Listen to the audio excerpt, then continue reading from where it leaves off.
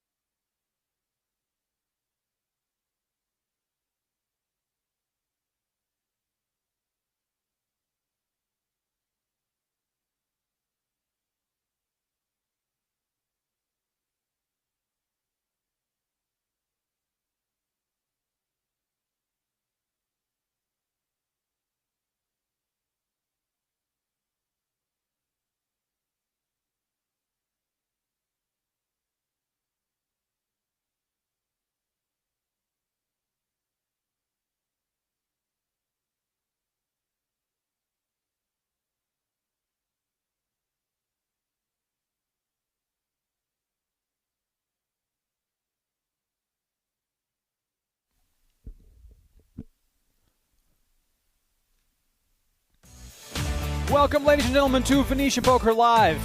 On this lovely Saturday in December, it is time for a very exciting final table. The PokerAtlas Championship is about to find out who will take the crown as we welcome you inside the wonderful Venetian Poker Room, located at level 2 at the Palazzo Grand Canal Shops. This stunning poker room has action 24/7 as we will guide you through this final table in our streaming room.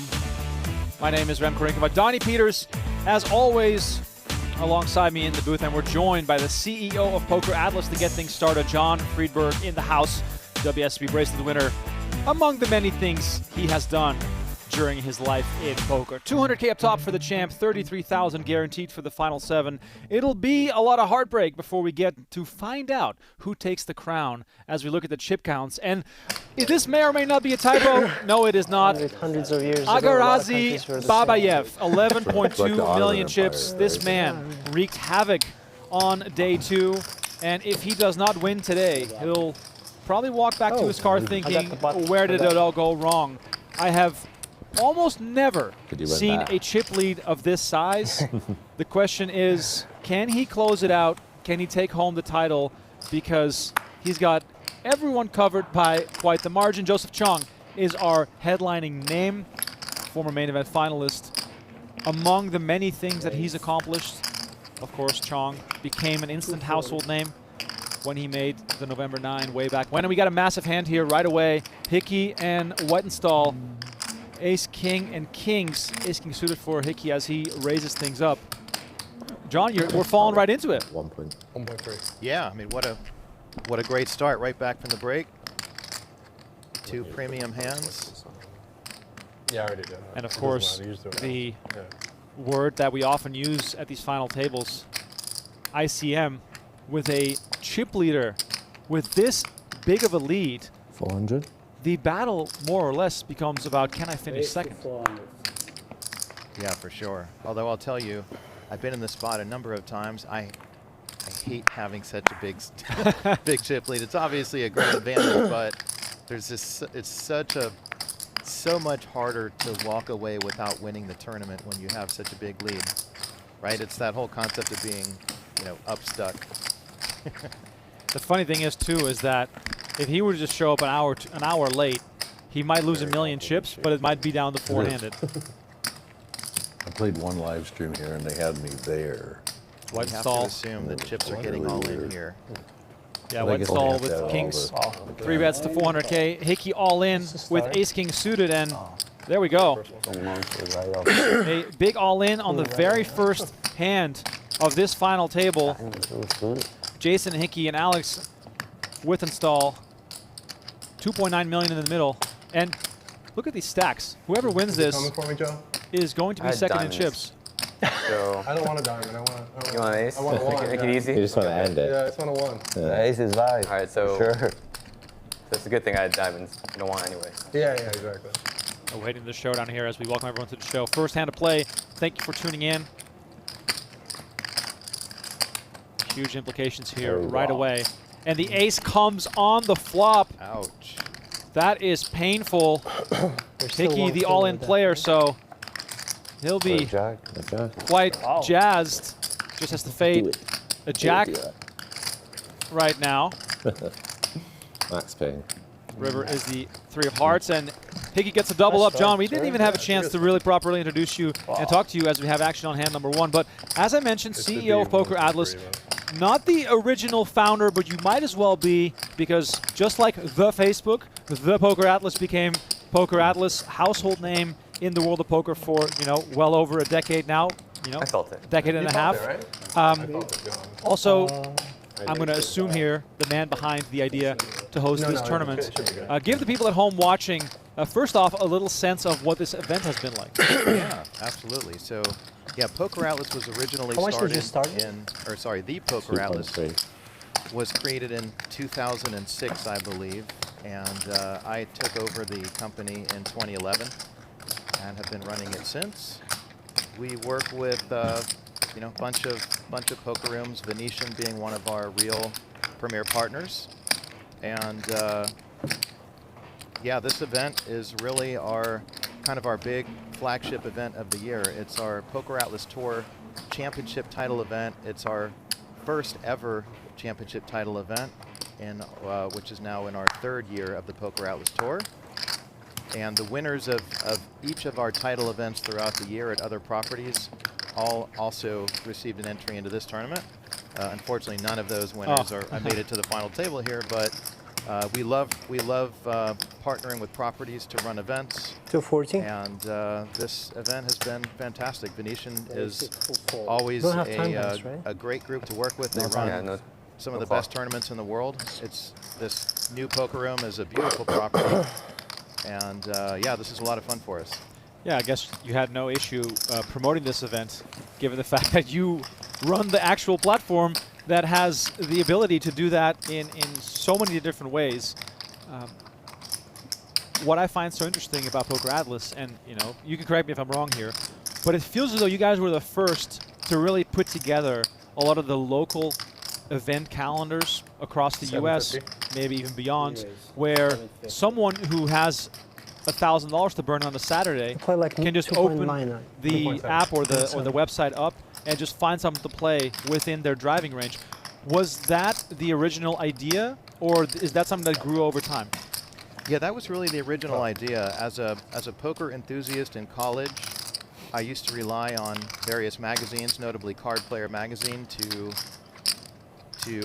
look at local tournament listings in other markets. But obviously, that's it's hard to rely on printed tournament schedules.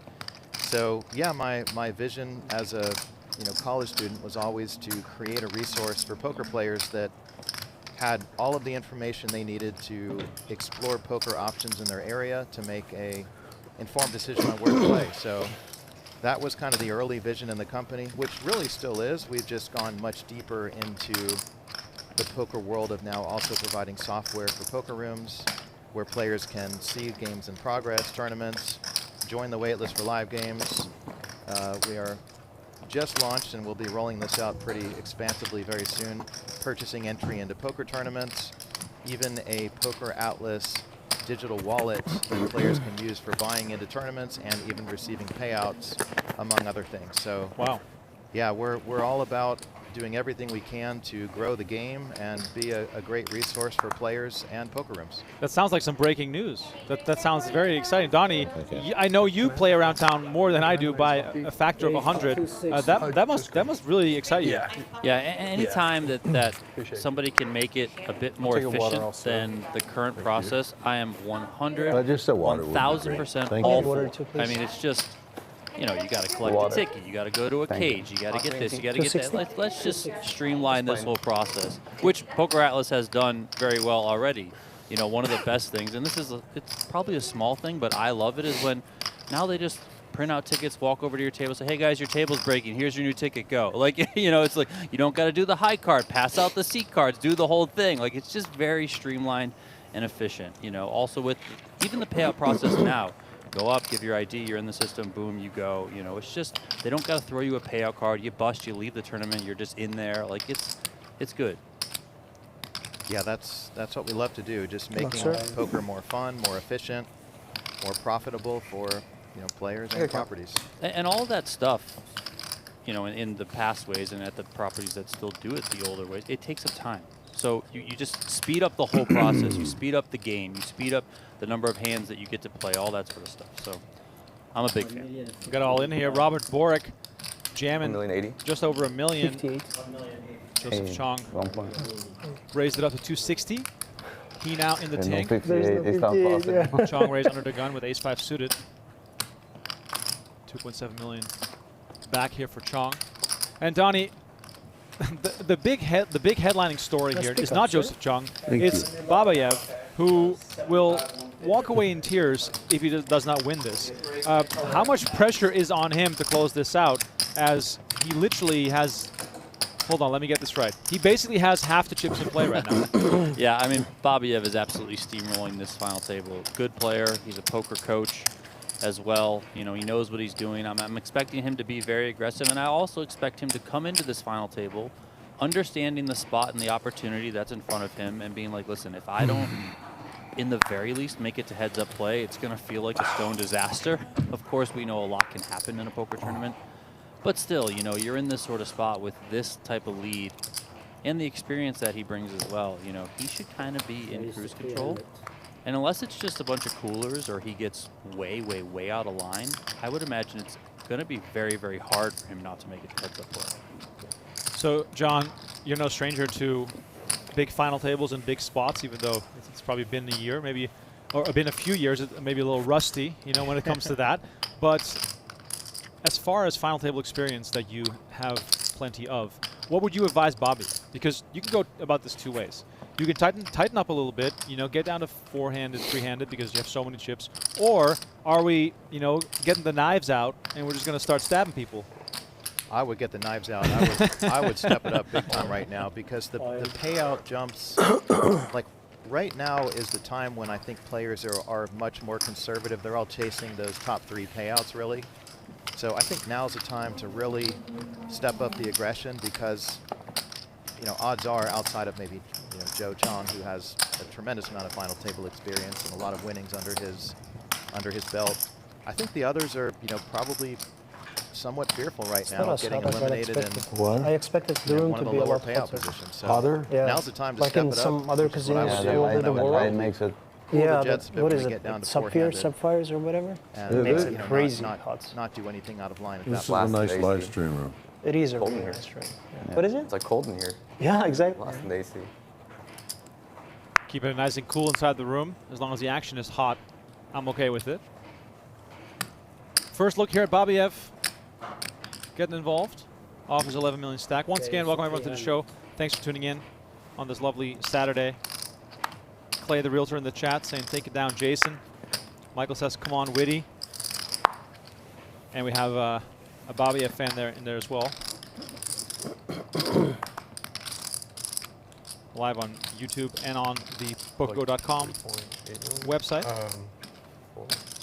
Donnie, the weather's almost too nice to be inside. It really is. I mean, kind of had to pry me Out of your into this backyard? building. I mean, it's just it's absolutely beautiful outside. It's not too cold. You know, it's just absolutely elite weather. It's very nice. It's been like this for like amazingly good. Yeah, you're right. It's been like Yeah. 70 degrees, no wind, no breeze, or No, very it's- slight breeze. It's Blue perfect. skies, gorgeous. I'm very shocked to see that A7 Yeah, just yeah. hit them up. Yeah. Yeah, I think He does a you know, good that goes job, with this what I guy. was saying Yeah, earlier. he's Right really now good. is just the bigger payouts being up in the top 3 positions, and you know, everyone being fearful of the big stack and getting eliminated with you know, taking out the 7th place position versus one of the you know, pillar payouts, as we say.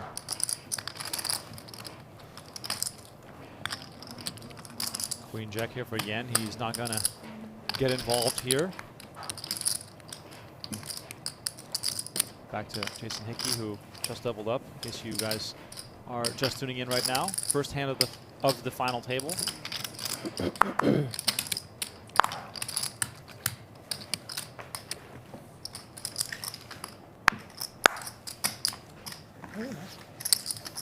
Defendable. Thank you, dear. Can we get 2 of those and get 15 back? December, the second hottest month in Las Vegas when it comes to poker. Donnie, you've been around town. What's the buzz been like here? As you know, the action is really starting to heat up. I mean, it's like a mini there you go. WSOP season. Thank right? you. You know, there's just everything going on. I mean, I know a ton of people were itching to play this event specifically, myself included. Yeah. Schedule didn't break the right way, but Possibly. for me, but you know, I know a lot 15 of back, people so that got into this one. Obviously, there's Thank what, you. tens of thousands of people here in Can you Vegas bring to me play Coke in the can next trip? these tournaments. And a so bunch when of you ice? get sort of that Thanks. that upper tier of the mid stakes, the $2,200 buy-in, you know, you get $1 million guarantee on it, which for Venetian standards that's up there. You know, so being able to get out there and play events like this when you don't get them, you know, throughout the rest of the year outside of the summer, it's just absolutely awesome. And I think everyone's really feeling it. You know, it's Christmas in Vegas, and I think everyone kind of has that holiday poker joy, if you want to call it that. Back to the action here for a second. Hickey opens with ace-9 suited. Babayev in the small blind. Really a chance here, John, to get the knives out.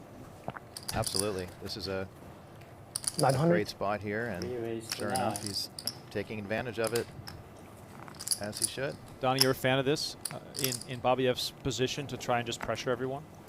Yeah, definitely. I mean, here he happens to have a pretty good hand, you know, where Hickey might look at him and say, like, this guy's maybe just abusing me. I just doubled up.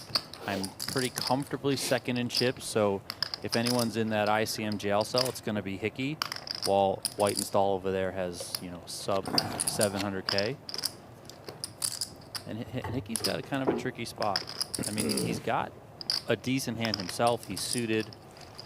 They are somewhat deep here. Maybe he wants to flat in position, but then again, you have to think about post-flop aggression from your opponent, so this is not easy. Yeah, it's tough to call another 600 here, so I think that's the right fold. And yeah, probably a wise move, but again, you know, right now, I had a decent hand. I had a decent hand. Babayev Hey, really we'll see has the control of this stream. table, and this is his chance What is to it? I can be crazy with my hand. steamroll these guys even further. I sometimes get hands. I Right? don't. No. Okay. I just know maybe I'm lucky today. You know. Maybe I should just go. For it, you know. Donnie, at this final table, is it in the best interest The good of thing is you can see the everything on majority the of stream these later. players Yeah, to try and think about this as Three bet me with. I'm playing for second I'm and I'm wondering okay what with you that? bet me with. You will see. I mean, I would say it depends who you are. For Hickey, yeah, you know, I mean, not necessarily that you're playing for second specifically, but you're playing to get into the top 2. Because if things break as they are stacked up right now with the chip counts, that's how it's going to break out. Nice. Now, if you're Whitenstall, you got to make something happen. You got to be willing to gamble a little bit more, which is why I was a little bit surprised to see him put that 8-7 suited in the muck. And here, you know, Queen Jack off. If he's a bit deeper, maybe it's a hand he elects to fold from an earlier position. But you got here, 4 oranges it's back? just too good. He's got to go all in with his stack. Yep, 575. So Whitenstall has most of them committed here. Joe Chong with King 10 of diamonds next to act. Doesn't feel as appealing to me, but he's going to go for it here. I'm a little surprised here, Donnie, or am I not studied up on these things? Yeah, it's a tough spot because, I mean, flatting here, what if Babayev just rips this? Yeah. He says, listen, I got an ace. I block your premiums here. Obviously, flats from Chong can be very strong, and Babayev should recognize that too, because Chong shouldn't just be in there with a ton of really kind of marginal speculative hands because of the players behind him, specifically Babayev. And I'm a little surprised almost that Babayev folds here because, you know, random aggression, if you want to call it that, does have a place and a time, and I think this might have been the place and the time. Because even if you run into a bad situation, first of all, you can afford it. Second of all, against kings, you still have decent equity. And now instead, we have Borick with 9s thinking about it for his tournament life. And now we're looking at payouts. That's really what we're going to be thinking about right now. Yeah, I'd like to see Borick stick it in here. Uh-oh. Yeah, I think 9s is somewhat safe for Borick. Like, if Chong has jacks or 10s, he probably just jams himself. Yeah. You know, just to isolate against Whitenstall there. I mean, maybe he's flatting aces specifically. But I think 9s would be okay. Oh my God, what is this? Flops him dead. And this might be the only type of situation where Whitenstall can actually survive. Check. What a flop for Joseph Cheong. Goes check, check, and Whitenstall thinking to himself now, like, yeah, I know I have less than 1 big blind, but this is literally the stone worst board for my hand. Check. Check. 10 on the river, just queen high, as Chong is just hoping for Whitenstall to put in the final chips. Check. And here's going to be that bet. That 300. What a frustrating spot. Wow. Sick. John, I think I'm allowed to say back in your day. But back in your day, that wasn't the play, right? There was no raise with 1 chip back type stuff. It's funny you say that because I was actually just thinking this is a newer style of play that didn't exist back when I was playing professionally. Which, you know, I guess there's some merit to it. It still feels a little bit was probably off to ahead. me, but That was to probably his ahead credit, of my ace now high. he's got No. 2 more hands to Not see pre-flop. if Borick goes broke. Right. Well, So if he gets folded to, on the river, ladder most up a likely spot. ace high was good enough. It's kind of like, Donnie, and correct me if I'm wrong, there's no downside to doing this. There's Watch only it on the upside, right? stream and find out. Yeah, I mean, maybe when you get up to like the highest levels, you get into like these crazy leveling wars where people are like in Chong shoes, they're somehow bluffing there and like you have the best hand, but that's just like so above the rim that you so rarely see it. So yeah, I would agree. There's not much to lose. We used to do something similar called the stop and go. 3.5. We wouldn't just jam all in because you know it's easier for someone to call an all in there versus having to call a second flop bet. So we would just bet 3/4 of our stack, leaving ourselves with enough fold equity to where whatever the flop was, we would just All in? stick it in Yep. and hope our opponent missed. Speaking of sticking it in, Babayev swinging his scepter, Oh, thank you. pressuring the Thank players you. on his left. Yeah. Thank you so much. Appreciate it. And I do lots of commentary on cash games, but I'm like a tournament player deep thank down, you. and I know Donnie is too. I just Wasn't love bad. the dynamics of a final table. Like it's just so much fun to see the strategies people apply and how they try to attack each other. And it just has something special. Was it the same for you, John, back in the day, or is there a lot of cash game stories that we don't know about? I mean, I agree with you about tournaments. I like playing both tournaments and cash, but nothing is close to the adrenaline and excitement of going deep in a tournament. Right. Particularly at the final table. And it's funny because, emotionally as you're playing in tournaments, your style of play needs to change through the various phases of the event. But once you hit the final table, everything changes. The nerves are up, the excitement is up, the amount on the line is obviously the highest point in the tournament, and so it just becomes so exciting to play and watch these players bring it down to the winner.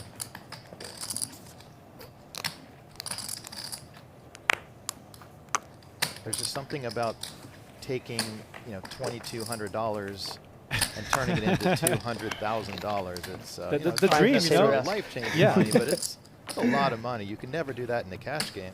Oh, flip. Maybe you can have I'm sure people amazing think month. they can do that. I'm not surprised it's a flip.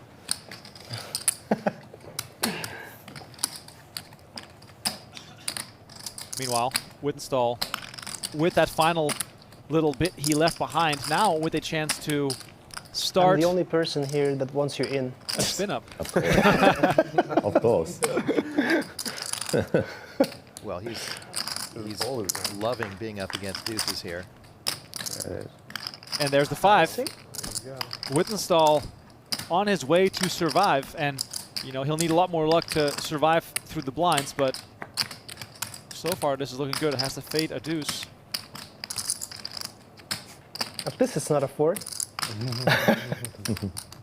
River card incoming, only 105 in the middle. Ooh. It's a 3. That's Close. close. Nice hand, buddy. How much is it? What? 105. 105. And Babayev doesn't totally hate this because Whitenstall's going to have 105K left. And this is just extreme ICM torture for everyone else. Everyone else is like, can this guy just leave so we can kind of open things up a little bit? We can secure 10K for a pay jump and we can move on with our lives. But right now, like everyone else is just locked down. They can't do anything. And you're going to see a lot of what Babayev has been doing where he's just jamming. Yeah, Babayev at this point, if I'm in his seat, I'm literally sticking my chips in I every should stop single doing hand. this. That's exactly what I was going to say. Why wouldn't you? You have to, because jamming every other ace king player from now is, no other player is queen. going to put their chips in right now without, aces, kings, queens. But like situations like these, right? If Dan folds, he has to basically jam everything. I mean, he can, because Chong's not going to risk it with 285 there. If Whitenstall calls you off, it doesn't matter what you have. And I'm happy to see he's actually putting in the raise. Yeah, you do see at times large chip leads like this, but it's always refreshing to see a chip leader like this actually use that big stack as they should. Sometimes you see players get large stacks and then they still kind of sit back because the whole time they were just letting the game come to them, right? I mean, this is good to see from Babayev. He is, seizing the moment that is in front of him. Do you think that has to do with how he got to this point? The fact that he's comfortable playing that style, and then if you play that style, you can get to this spot, and then you can benefit from that. Because oftentimes, when we see a big chip leader not take this approach, it means that they just got here because a few big hands broke their way. Yeah, definitely. I mean, he for sure seems like a guy who's not going to sit back. He's going to go for it quite a lot. And listen, if you amass a chip stack like this coming into a final table, you have to have been aggressive. Right. Yeah. I mean, yeah, I guess you could just be getting hit in the face with the deck, of course. I'm going to spin it up. But still. Yeah. I'm sorry. I know. I got a feeling you're spinning. And just kind of knowing his background, being a poker coach. He You made already a comment to did once, Jason right? Hickey earlier from about 20 10 minutes bigs or ago how something, right? sometimes he picks up good hands. Even which less, I think. Jason Hickey is a player who's experienced. He is observant. Like, he's probably thinking like, this guy's just running us over. But Babayev's got to kind of play it up a little bit that he can pick up some good hands.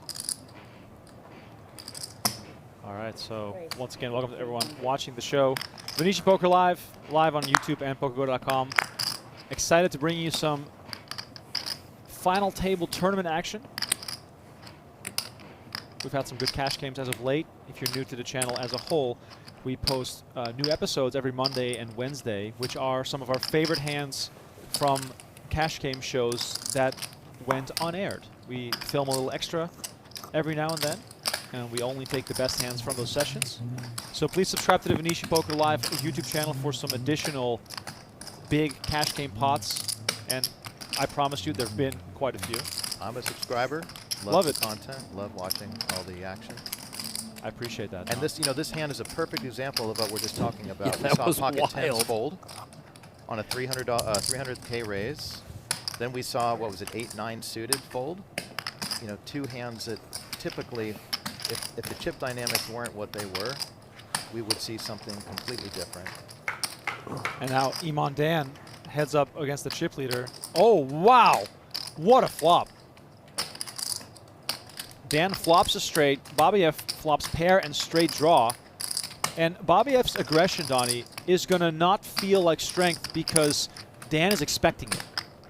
Yeah, I mean, Dan's going to put a lot of pressure here. This is a pretty wet texture here on this board, and yeah, Dan can connect with some of this flop, calling out of the big blind, but still, you have to face a lot of heat when you got, again, Whitenstall is over there with a 1 1/3 big blinds. Oh man, the dynamics of this are so funny because 2.865. Thank you, brother. Dan with the nuts here. Another layer to this is that Babayev also is sort of expecting or anticipating people playing back at him because he's expected to be aggressive. So we're going through this sort of leveling war, and turns out they both have a real hand. And Dan, he can kind of go two ways here. You know, I could see him just check calling, trying to see a safe card on the turn.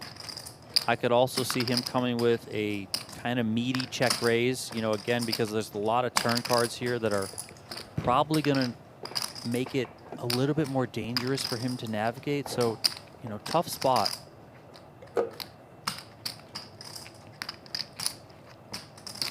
And we also know that because Yen folded 2 10s, you know, the case 10 is out there, so Babayev won't be improving. We know that, of course, he doesn't, to, you know, to trips or something like that.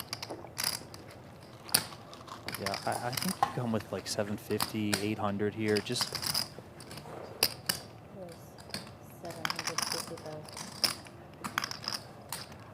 I mean, you don't want to check raise and get flatted in position, and then let's say, you know, the 5 of spades rolls off, the king of spades rolls off, and you're just kind of in no man's land with your hand. Donnie, do you like Dan's sizing here? Yeah, I like going a little bit bigger here. You know, it again, a lot of turn cards can just make you hate life. So I would have gone bigger, or maybe sometimes come with check call and try and get a safe turn card that way. But, you know, Dan right now he's telling Babayev, listen, I'm willing to play for it all. And Babayev is, you know, this is sometimes the spot you get in when you're a big aggressive chip leader is you actually have it sometimes. Yeah, and he's going to go for it, and wow, money's going in. And the snap call from Dan, and they both have a hand. And Babayev, having only 7% equity, despite having this strong of a hand, is going to come to him as a shock. And with 4.8 million in the middle, Iman Dan now in a terrific situation to become a contender for the win here. Red card. And just think about how this broke. If Yen happens to rip those 10s, right? Dan folds, Babayev just folds, Yen wins the pot. But here, Dan defends, flops a straight, now his money's in, and he's got to sweat this. And there's a club. Oh, the sweat is here. Oh, man. It's the queen of clubs on the turn, and look at the little smile on Babayev's face. River is the 7 of spades, and despite, despite improving, it's Iman Dan dragging the biggest pot of the final table so far.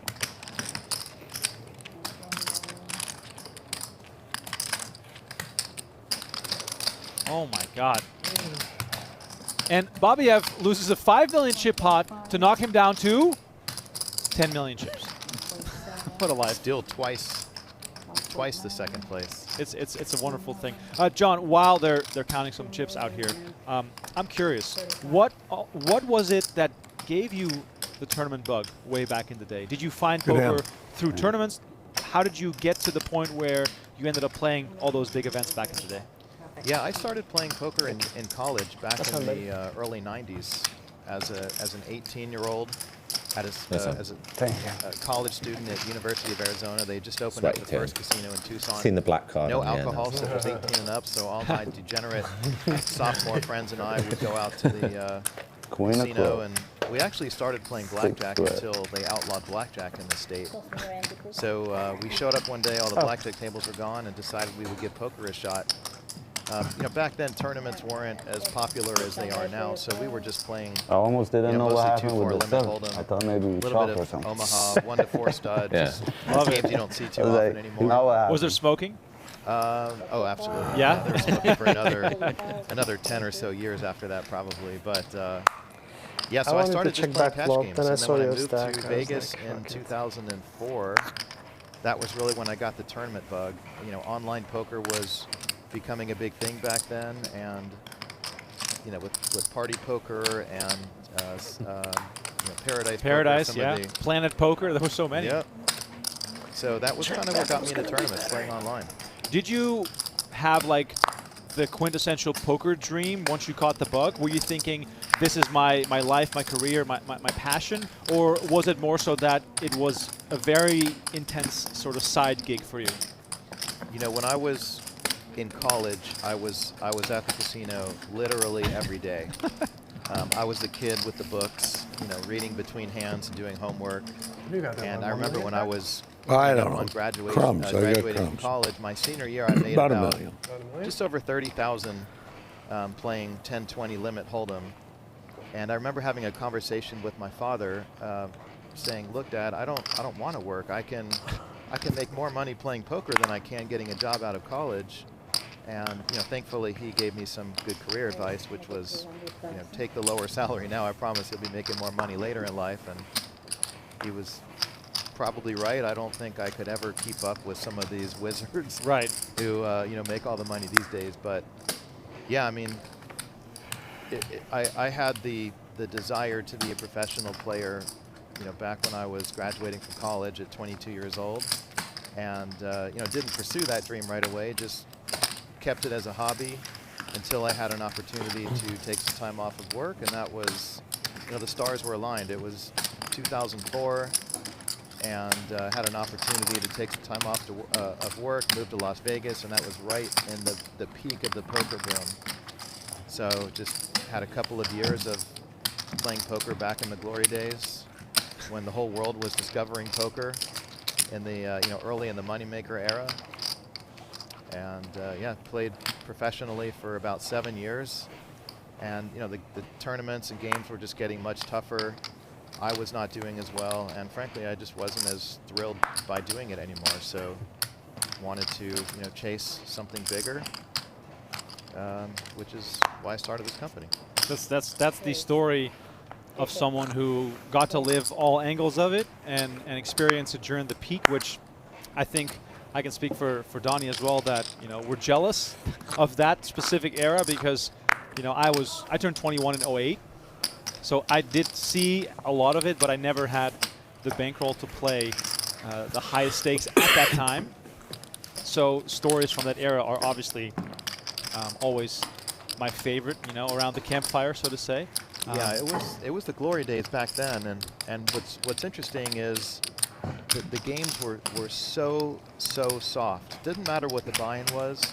The caliber of play was so bad because so many newbies were discovering the game, and it was just so popular. And you know, a lot of people hadn't read many books on poker. Frankly, there wasn't even a lot of you know, a lot of books on poker outside of, say, Sklansky and Malmuth's books on, you know, limit hold'em. But yeah, what's funny is I just turned 50 last year, so I'm finally eligible to play seniors events. Played my first seniors event here at the Venetian this summer, and it was like playing poker in the early 2000s again. There we go. And the irony about that is today here at the Venetian is day 1B of their seniors event. And I might just try to jump in that today. Watching this final table just A lot of stretching makes on me this want table. action. So Big table. Donnie, what do you and I have to do to get people of our age to agree to get back to a 2004 playing style, so that when we turn 50, it's not all solver, kids, because that's sort of the direction that we're heading in. Yeah, I mean, I think you still see a bit of 2004. Sometimes I, you know, fall back into it myself and just want to play some big pot poker when I probably shouldn't be. But you know, those were really the best days. I swear, and Donnie, you and I have talked about this so many times on podcasts, also on live commentary. I really think 04 was the peak. And I know the numbers got bigger after that, but when I watched the 04 main event footage, something about that, it was still at Binion's. It still had the smoky, dim-lit backroom vibes. Big blind first or ante? But it was growing out of that so fast Big blinds. that it became, Usually. you know, what we learned about Yeah, does he cover his big in the blind years that fully followed first, with or- how it blew up. Big blind. So, you know, 04 has a special place in my heart. Last time you know, it I was big remember blind first. vividly playing in the 04 main event of the Yeah. World Just Series. wondering, like, which if was my the first big First blind time it was first. big blind first. Yeah, if big blind first means he has we to were cover his big actually blind playing first. 11 Fully. handed Oh man. because they were out of space in the tournament. Does that And mean this he's is, supposed to Atlantean? you know, even before alternates were much of a thing, if I remember right. But I don't know. Like we were playing alternates, what's that? 11-handed. Add a chair. Let's forget. go. Yeah, I think. Whitenstall here I don't jamming remember him with to be Queen big Jack of blind Diamonds first. as we fall further and further into the nostalgia rabbit hole. I can do want live- to point out that on the last hand, Yeah. Chen folded pocket nines from the small blind, facing a cutoff open from Babayev. So, you know, he's really locked down to just play the ICM situation, try and ladder up, given the stack that is Whitenstall.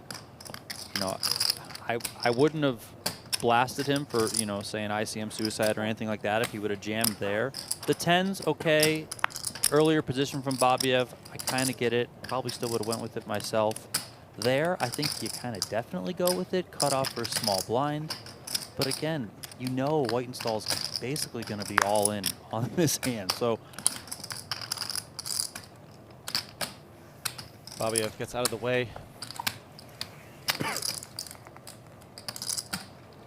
You know, I just want to take a minute to thank you guys for having me here.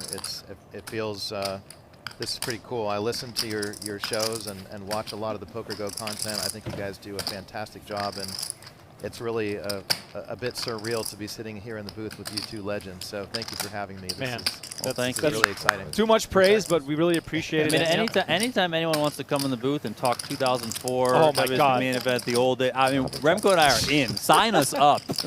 You have to know something about us, John. Donnie and I, Isn't there supposed to be a side like we've known each other for like 15 years, but when we text, it's often about us having some 05 main event footage on playing in the background, and then I'm like, did you notice this guy? Stuff like that. You know, it's the nerdy stuff. Dan, by the way, flopping a flush, open-ended straight flush on top of that. He's got both of his opponents practically dead, and Whitenstall, despite holding out just a little longer, is now down to runner to survive here, and we are about to be down to 6 unless we see a miracle run out. Twice now, Whitenstall's gone all in and his opponent has flopped a flush on him. He was able to get away from the last one against Chong, but here, of course, being forced all in from the big blind, no getting away is going to need a miracle. And he had Queen Jack both times. Yeah, there you go. So that will seal it. 5 of spades on the turn. GG's, buddy. We will lose our first player from Oh, the final good game. table. Oh, Alex. Straight flush. Whoa! High Straight hand. flush. I don't get nothing. Beautiful. Where's the drum, Donnie? Isn't there a Are they bad beat eligible here? for the high hand Video promotion? Yeah, the high poker, hand you get promo is pretty good 250 here to at 1 Venetian. on straight flush. Sadly, no Video high-hand bonus. video Video poker poker. machine. Alex, 250 to 1 for Whitenstall, straight flush. 7th never place for played. I'll get the high hand 33,200. bonus for the cash game. There you go. So this brings us down to 6. I play the ultimate. Okay, now I should have played 5 hands, except for I was waiting diligently. Whitenstall out of the Newcastle in the UK. He said his plans for the prize money were to travel to the Philippines. So He's got plenty. pocketing- He's got yeah. plenty for that. pocketing more than $33,000. I mean, you you're can in live there. in the Philippines for a long time on that. Trust me. Yeah, good run for him. He said, oh, notice this. This has to do with that hand. His biggest poker pet peeve is standing up before you've lost. Whereas Oh. many times we see players stand up, do the whole backpack thing, try and really summon it all Yeah. and get that miracle to come in, but not for our guy Whitenstall, because that's a pet peeve of his. Does not like when people do it. I feel like we need to evolve that part of trying to draw out a good run out, Like because the backpack, Yeah, putting on the remember jacket, it's yesterday? been done before. We need someone to get creative. If you guys in the chat have anything that Father and son. someone could do when they're all in and Father behind, son. as we take a look at the payouts here, 43K now guaranteed, 200K up top. John, you played in the peak era of superstition. do you recall anything, or did you have any of your own from those times? With all the crazy card protectors. Card and protectors. dances Yes. and- yeah, there were a lot of rules that have been implemented post the you know, the 04, 05, 06 era. You. Notably you're things like respecting way over more. celebrating That's what I and think. you know, You shouting, have a big talking to stack now. players during He's the a better hands. player. Doesn't matter. You have to So yeah, stack. lots of that has changed. I respect but them. yeah, I mean, I'm about as superstitious as the next person. So I'm generally not superstitious, but I'll tell you what, if I have a very, very good day one, you know, a big tournament, for example, you better believe I'm wearing the same shoes the next day. And I have a lot of shoes, so there's little Oh, things my like hand, that it's which a I know shitty have hand. literally Don't zero play it. impact on the outcome of anything. But sometimes it's just an emotional thing. Just go in to have, you know, more confidence because you're wearing your lucky jacket or hat or shoes or something. So I'm a tad guilty, but yeah, not like what we sometimes see, and certainly what we saw a lot of back in the day. Take us back, though, because you are a WSP bracelet winner back in 06. I believe, it was a 1K, right? That's right. That was the first year they did 1Ks? First ever, yep. That was not a ladies or a seniors or a stud 8 event. Yep. Right. Take us back to celebrating that and winning, because obviously that must have been a life-changing moment. Maybe not even financially, but just life-changing to be part of that club that was once so exclusive. It was just the greatest experience of my life so far. So yeah, I mean, it was a blast. It was, back then, 2006, this was the first ever $1,000 buy-in open no limit hold'em event. That was back when the chip counts, the starting chips were the same as the buy-in amount. So if it was a $1,500 buy-in, you were getting 1,500 in chips, and the blinds were starting at 25-25. This particular event, they if I recall, they weren't exactly sure what they wanted the starting stacks to be on the 1K, so they actually let us start with 1,500, which was unheard of. Yeah, we started at 1,500 in chips, 25-25 starting blinds, which is laughable in today's world. But yeah, the final table was exciting. It was Carlos Mortensen, also final table, but he finished 10th, so a lot of people didn't realize that because the televised final table was only 9 of us. But Umberto Brenes was there, John Pham was there, Kevin O'Donnell was there, a couple of other folks who are old school, well-known players. But yeah, I mean, just to be able to make a final table, mostly a televised one, back and at that period, and all of my friends from the online poker world were there. At the time I was kind of one of the earlier notables in online poker, and so I was in with the cool kids, and had about 15 or 20 of my friends, mostly from online poker, on the rail. And so to win that tournament and kind of be the first in my group of friends, other than maybe Johnny Bax, who won a 1,500 stud event, I think, the year prior. But yeah, it was really cool to kind of take some of the success from online poker into the live arena and walk away with the bracelet on TV with all my friends there to witness it. A lot of fun. Crazy. That's such a cool. We celebrated a lot. Yeah. What was that night like? Because obviously we're talking 06 here. You're turned 50 this year. You were not 50 back then. Ironically, that night there wasn't. I didn't do anything that night in particular. I went to dinner with my friend Julie and her husband at the time, Patrick. We just went to some Vegas 24-hour tavern. It was pretty late at night, and I was exhausted from all of the whirlwind of the emotions and adrenaline from the tournament and the win.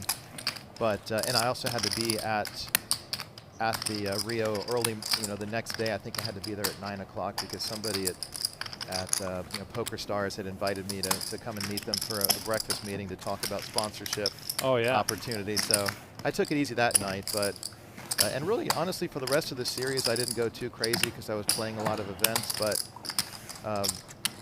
right when the series ended, every night was a different night out with either bottle service or you name it. We lit the town up for about 3 months, and then went especially crazy on the night when my episode actually aired on ESPN. I think it was like October or November, so it was a few months later.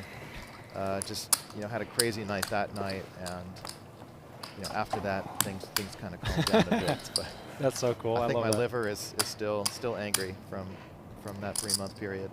And the bottles to payout ratio was way better back in the day. It was a little more affordable back then. Yeah, 500K went a lot further in Vegas back in 06 than it will today. Donnie, quick to point out here, Babayev really pressuring Yen, who we've already seen fold some big hands, and on the prior one folded to a 3-bet. Feels like Yen is maybe a little nervous, or at least a little careful here. That is sort of, I don't know, coming back to bite him a little bit.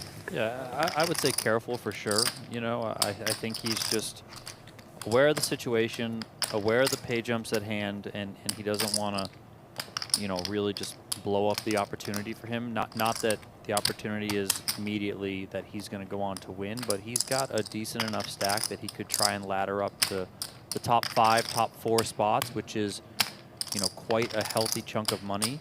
Going from 7 to 5th would be an additional 25K, which is, you know, nothing to sneeze at. And in this tournament, $2,200 buy-in, that's, you know, like 12 buy-ins. That's incredible. So What is it, 1? 165. and it's going to get especially interesting, you know, if and when these players eventually go on break, because we know within this room, they're locked in here, they don't have their phones, they don't have information on the stream. But if they dip out, if they get some information, you know, that, let's say, okay, Yen folded 10s, he folded 9s, like, so there could be even more pressure put on him going forward. Speaking of pressure, Borick went all in. He is our short stack and gets called by Dan with King 10 of spades. So terrific situation here for Robert Borick out of Houston. No, I don't fold ace jack. I was. King Queen versus the King clock. 10. Oh, okay. 2.2 million in the middle.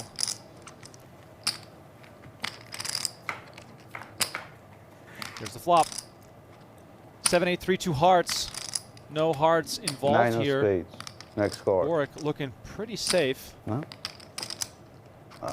8 of clubs on the It turn. doesn't work. That's, You're not good at it. that's Looking for a 10 right now. Chop still chop. possible as well. 7. Oh, Jack you of spades gotta on the give me that river. on the turn. And Thank you. Borick doubles up. Dan could afford this one, but Nice stay roll. 6 handed Thanks, here man. as the players go on a short little 10-minute break, and we will do so as well. Thank Please you, dealer. don't go anywhere. Stay tuned for more action here at Venetian Poker Live as we take a quick look at the chip counts here before going on that 10-minute break. Yen is our short stack on 11 big blinds, and that stack will shrink as the blinds go up when we return from the break. Babayev still in the lead with 75 big blinds.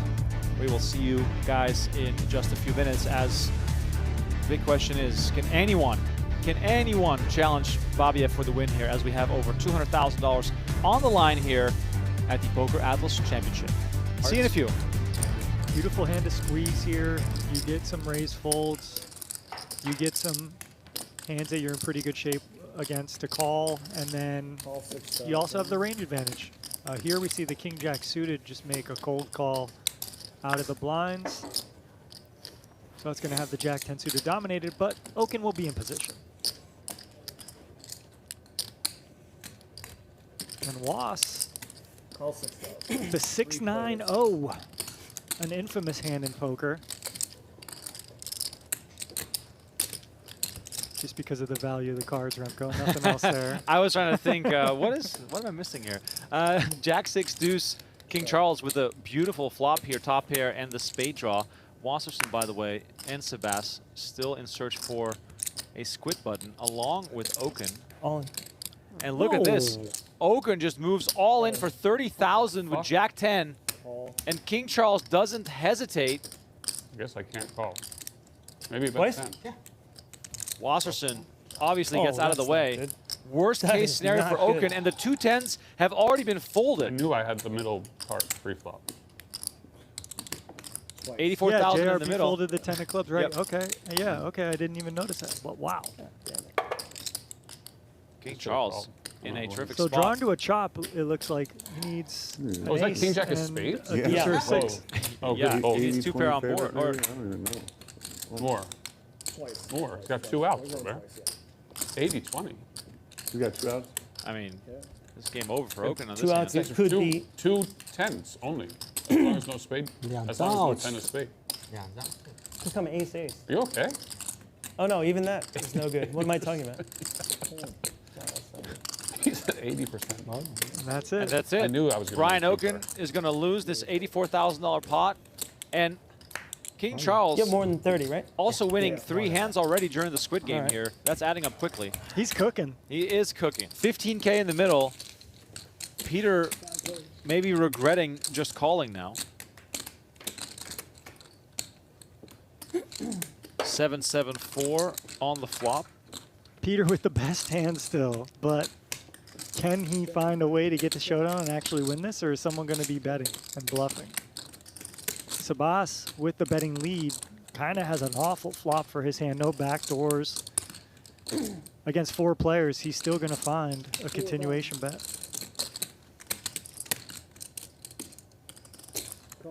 Well, at least Peter is not giving up right away, which is good to see. Yeah, good point, Remco. If you are going to slow play ace king and you get these kind of flops, you still have that equity of maybe having the best hand and the possibility of turning an ace or a king still to make the best hand. Yeah, you know what the sick thing is that the way this hand plays, Sebas is the most likely player to have an ace, so he might try and represent that right now, which could, of course, lead to this pot bloating up even further. Absolutely. That's exactly it. He's the most likely one to have an ace, king, ace, queen, pocket aces, and he has nothing. He has dust, queen high, so obviously he has to bluff this turn card. And Peter, slow playing ace, king is going to work out maybe for the max here if he can find... Now, the problem here is Sebas is bet big, right, 11K. Now, whatever, it's not a big bet. It's about a half pot bet. But when you get called here, the gig is up. Like, your opponent has something strong, either a slow played 7 or an ace. So he probably could give up his queen high, but I don't know, will he? Because when you get to the river and you can't win, right, the best bet is usually to go all in. That's the hardest thing in poker. To give up. It's just Yeah. surrender. Yeah. Wave the white flag. But he might find it here, like I said, because when you bet 11K and you get called on this texture, your opponent's going to have something. And he moves all in. The snap call from Peter. And look at this. Peter plays it unconventionally, hits an ace on the turn, and wins a pot worth $93,000. 5, 4, 7, 2 diamonds. My eyes quickly dancing across these cards. Seb with the overpair of jacks. Brittany with 8s is going to bet 2,000. JRB comes along, calling with the queen 5. And now Seb makes the call. Now, passive play could really lead you down some dangerous streets here. Yeah, but in these bomb pots, you got to play passive in these spots because it's just really hard to navigate. And as we see, look at these runouts. Brittany with top set. Peter now makes a straight. He's going to bet it. Brittany snap calls, but she's got to know, look, I need the board to pair ASAP. And Sebas with a quick fold to jacks, which is good. 6啊，还没什么牌。 Oh my God. Brittany with quad 8s. Wow. 靠不靠？ How did that happen all of a sudden? And she gets snap called when he goes 你看到 all 我 in. 4张牌。 Unbelievable. Jack high, some queen 10 flop or whatever. You maybe get it all. So that's kind of my argument there. And here we got some big hands again. Peter not going to go anywhere with 9s. This could just get him free. I mean, but the pace of play is just mind-blowing. yeah, we can't even commentate as fast We as can't it's even going. finish talking about the previous hands, and there's already 50K back in the middle here. Queen, queen 10. Wasp quickly continues for 12,000. 很冷吗？ I don't know how Peter's going to fold a pair, but he could. Okay, he doesn't. And Wass, you know, just with one of these bluffing candidates that has equity, he gets there. Ace on the turn. Now, I think you want to start checking here at some clip because you have Queen X in your range, you have pocket aces, you have pocket 10s, you know, you have King Jack in your range here too. So I think you want to check maybe, I don't know, and just let some weaker holdings continue. Is it also a case of either far behind or far in front? Because there are still some queens in Peter's range, even though it's not super likely. But at the same time, when you do hit your ace, it is going to be even more unlikely that Peter has something that he can give you a lot of value with. Yep, you're spot on there, Remco. You're really hoping to get value from Ace Jack here, like a suited ace, like an Ace X of spades that floated. Maybe a Jack 10, King 10 type hand. Peter has been playing extremely loose and aggressive. He is just not in the mood to fold. But Wass might be targeting hands like Ace 10, right? Ace Jack typically, and like I said, just some suited Ace X, but he might not want, you know, Peter's just tormented here, and I just don't know if Wass has that many bluffs when you get this kind of run out. So I think Peter could comfortably make a fold here, but it hurts. This does not look like the kind of man who wants to fold. I think he's trying to give himself reasons to call here, even though he probably knows that he's better off folding. We've all been there. Yeah, look, Wass has been mixing up. He's been splashing around. He's been playing a lot of pots, so. Oh, Look at man. the face of determination You can on feel Peter. it. You can just feel it. There's just no pathway here to victory. This could be the best Hollywooding ever, but Wass I is mean, not we gonna know go this anywhere. is genuine. Peter is genuinely thinking about proceeding in the hand. Wasserson has shown a variety of bluffs. It's probably going through his mind. And he moves Sometimes all I in. translate the change, but this time I'll translate the body language. This is free roll from Charles. Wasserson with the great turn bet. It induces action from T9s for only 40K. I mean, jeez. I mean, crazy. 142 in the middle. Up to you, up to you. And running it twice with 95% equity for 143K pot, Remco. Peter chasing some losses. Didn't want to believe that Wasserson had it. First one goes to Wasserson. Just one out for Peter here, the 9 of clubs. 5 of hearts on the second board, and Wasserson is going to scoop an absolutely enormous pot here. You just got to take the lumps. All right, so Peter reloaded. He's got 119,000. And Charles makes it 4K with ace queen of spades. Peter is not playing anymore, Remco. No, Peter is literally here to try and destroy some people. He makes it 20K. Oh, and JRB comes along as well. We got 61,000 in the middle. We haven't even seen a flop yet. 3-way action. This is insane. 7-7-4.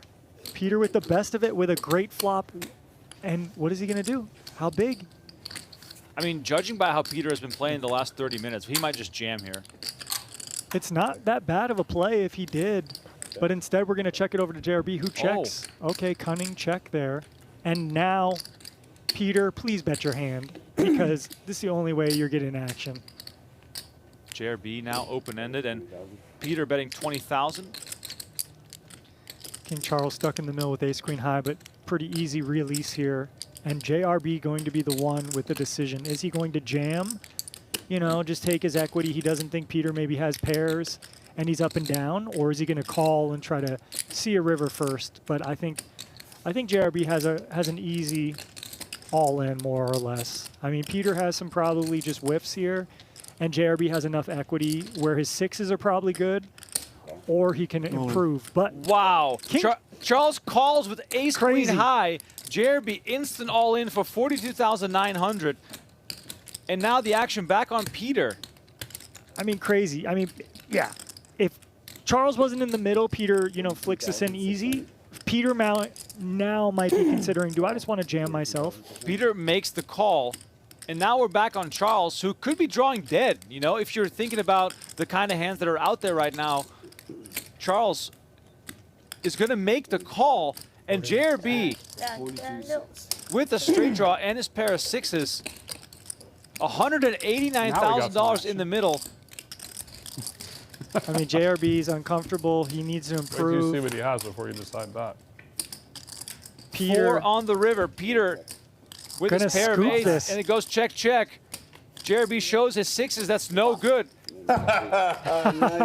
Peter, JRB celebrates with him. oh my God. Peter tables the eights. That's a monster Oh pot. my God. After the hand he lost against Wasserson, everybody probably thought this man is just on tilt. Poker players, join us all month long in December for our Bad Beat Barrel giveaway promotion. That's right, take a bad beat in the Venetian Poker Room and it'll pay.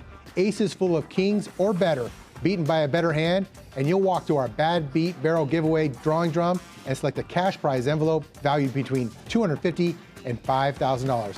That's right, bad beats pay inside the Venetian Poker Room. Aces full of kings or better beaten, and you'll take home the cash prize. We can't wait to see you all month long in December.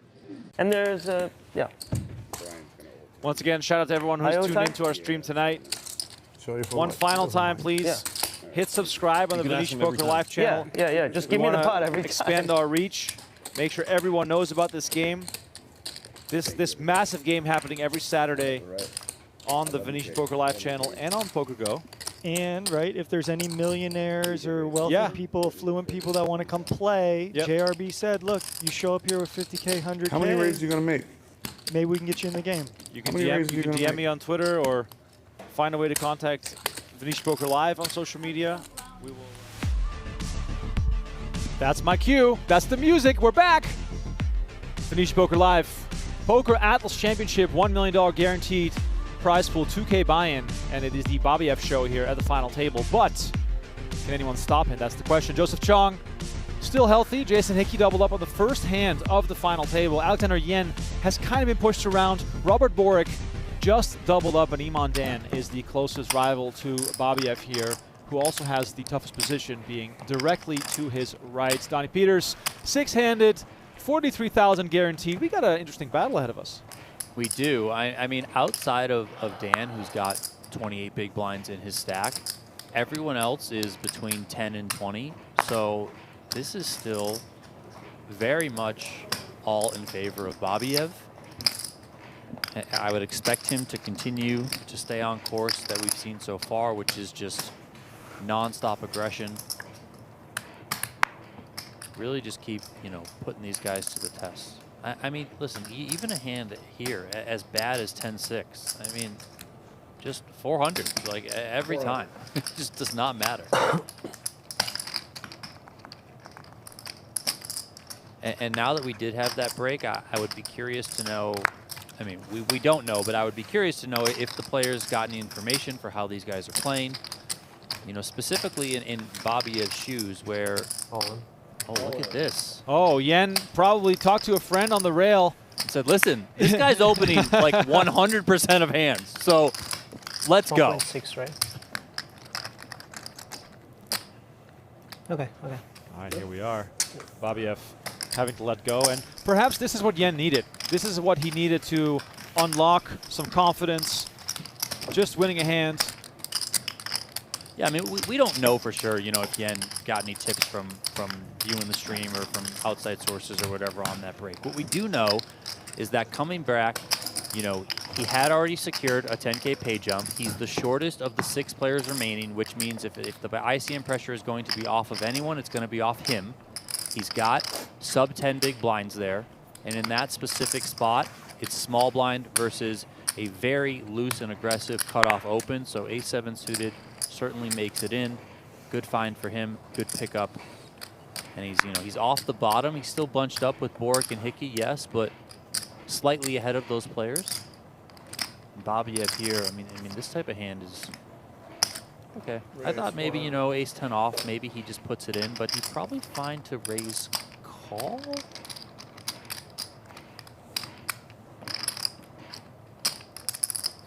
Borick, I would imagine, is going to go with this one. Oh no, he's just going to call.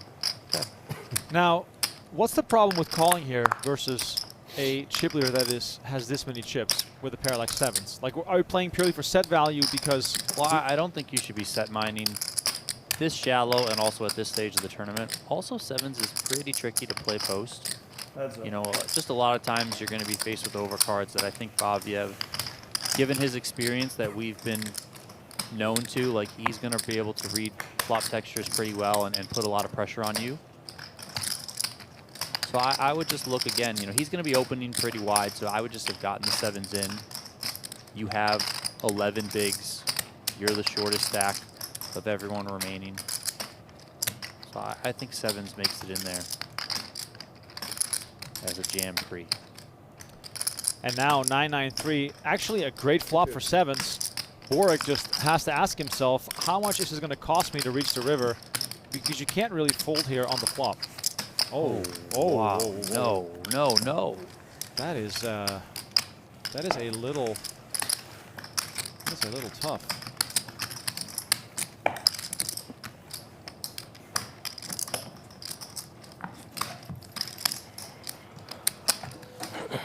I mean, if you are calling to set mine, that's one thing. If you're calling to kind of see a safe board, that's another thing, which I agree with you, Remco, in that the 9-9-3 or 9-9 deuce, whatever it was, is as safe as it's going to get. for 2 sevens, and given the stack to pot ratio there, you know, I think there was, after he bet, about 1.5 in there. You know, you got a little bit over pot behind, so I would have just put the money in and ran it. Yeah, you're going to get snapped off by some, if he has a 9, which he could have because he's opening wide. You're going to get snapped off by the higher pairs. But do you want to fold and possibly fold what is very much the best hand? No, you don't want to do that. You want to just call, and then let's say a 10, a jack, an ace, something like that comes on the turn, and Babayev just keeps piling money in. Then you're really like in no man's land.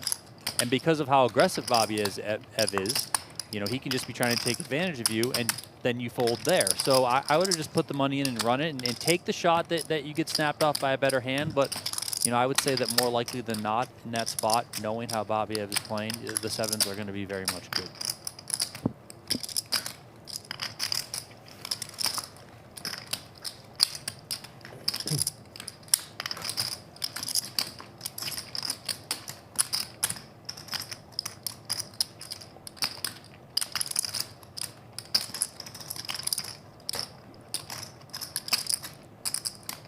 Ace 4, 5, 2 hearts here. Dan flopping 2 pair after checking from the big blind. Shout out to Eric in the chat, one of our moderators, always here hanging out. We got Rusty in the house. Rusty says, glad I got here in time to hear all the talking and poker in the background. That is kind of what I love about poker time. Just enjoy the game in the background, hear some stories. I'm pretty sure Rusty's being sarcastic, but that's what I like. And especially when the players aren't talking, we kind of have to, you know, get some stories going. John Friedberg, CEO of PokerAtlas, was with us for the first hour. If you missed that, it's definitely worth a re-listen. Some great nostalgia. Friedberg, once upon a time, Donnie, one of the youngsters doing it on the scene. Was it Poker Trip? I believe was his online name back in the day. That sounds familiar. Yeah, I think you're right.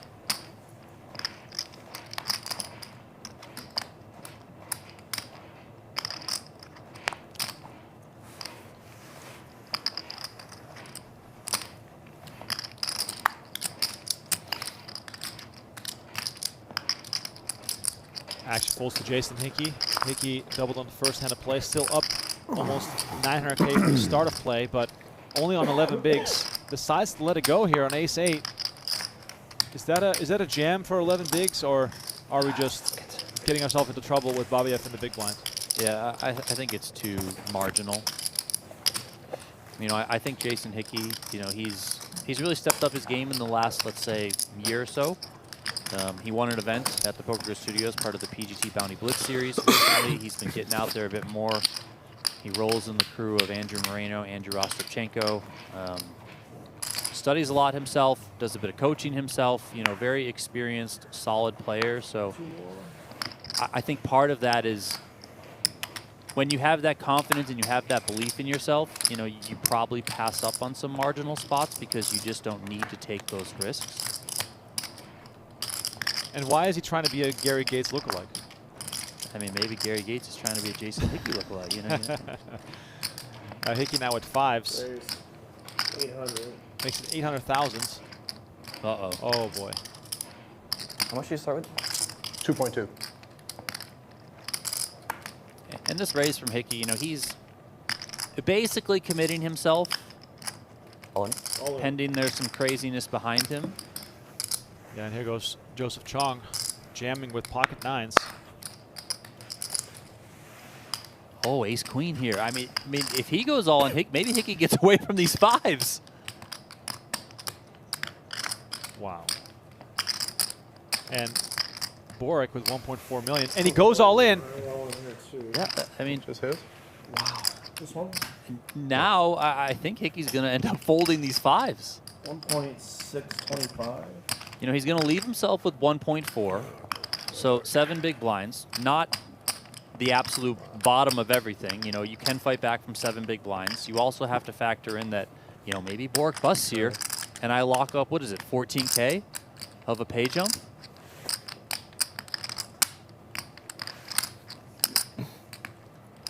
You got anything, Joe?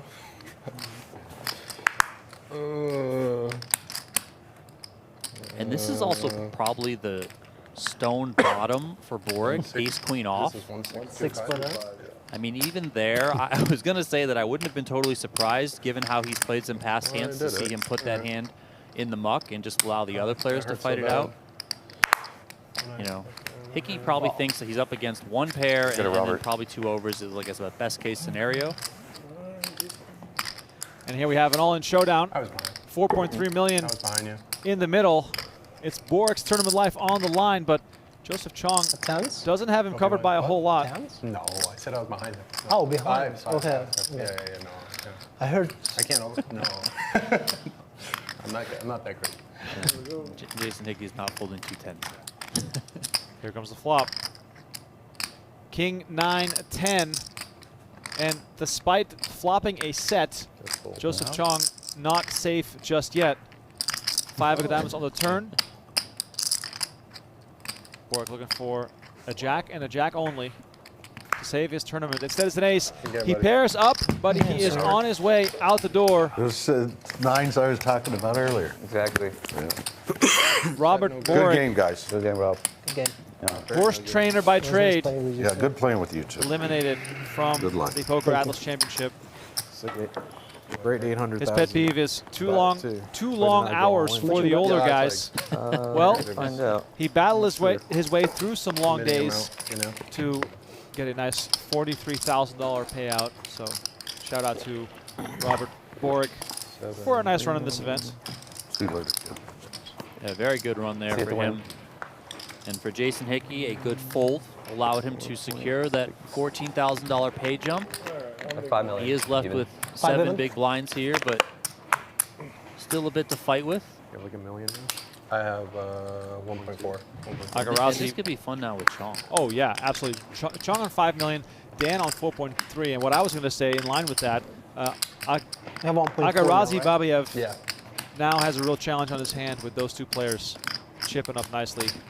The man hailing from Azerbaijan has $1 million in total earnings. This could, a win today could get very close to his all-time best score, which was a runner-up finish in a bracelet event back in 2024. 550. Interesting sizing here, almost a full 3x from Dan.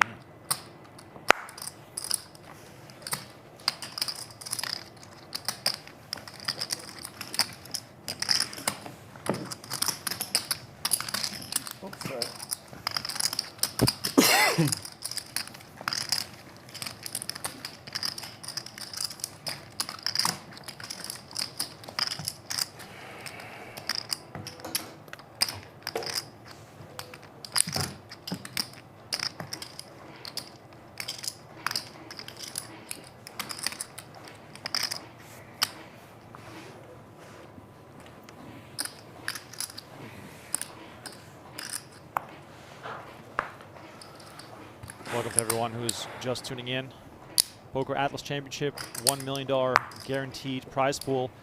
They had a bit of a sweat, but I feel like it's never a sweat because it's always a sweat, if that makes sense. You know exactly what I'm saying. Ace, day 1A, not so good. Day 1B, insanely big. And that is sort of the name of the game here. Poker in December in Las Vegas. Everyone registering whatever they can, making runs all over town. And this one hit the guarantee quite easily on day 1B. Babayev with jacks makes it 400K. All in. Oh! And Yen switches gears after the break, goes from passive to aggressive, and this is going to backfire. He'll be looking for an ace, or a wheel, or a club. Alexander Yen. You feeling it? Got his term of life on the line.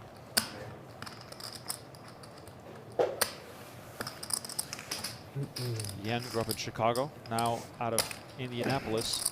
Plays poker for a living. Let's see if he can live a little longer here. 4.3 million in the middle. And it comes 9-3-5 all hearts. Neither player with hearts, but Yen does pair his 3, giving himself another pathway to victory. The deuce again opens up another pathway to victory. Ace, 3, 4, Is it there for him? It is! Oh, oh wow, and look at that reaction. Babayev can only smile, but Donnie, look at the dynamic shift here at this table. All of a sudden, Babayev has 3 dogs chasing him. Yeah, I mean, that really starts to change the shape of things.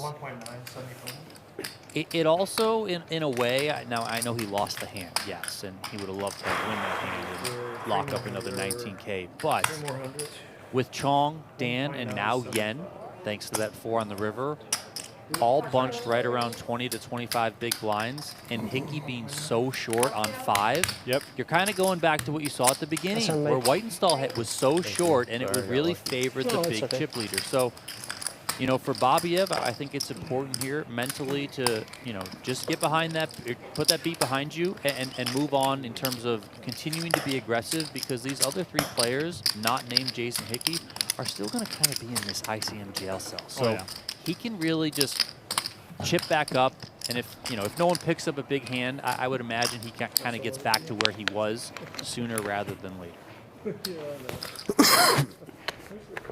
5-hand poker at the final table. 57,000 guaranteed for these 5.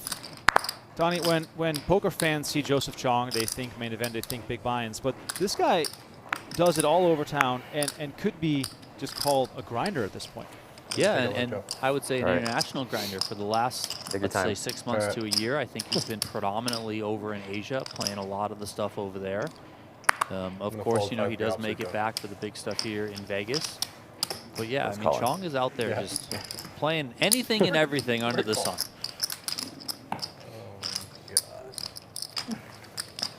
All right.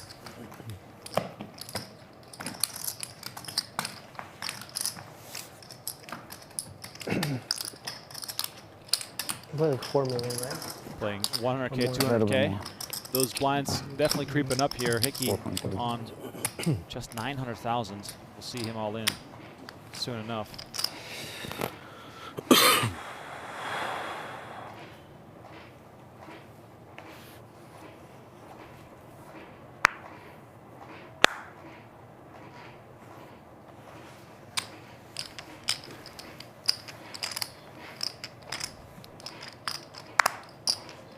What are we looking for here if we're Hickey? He folded to 10-7, but how low can we go?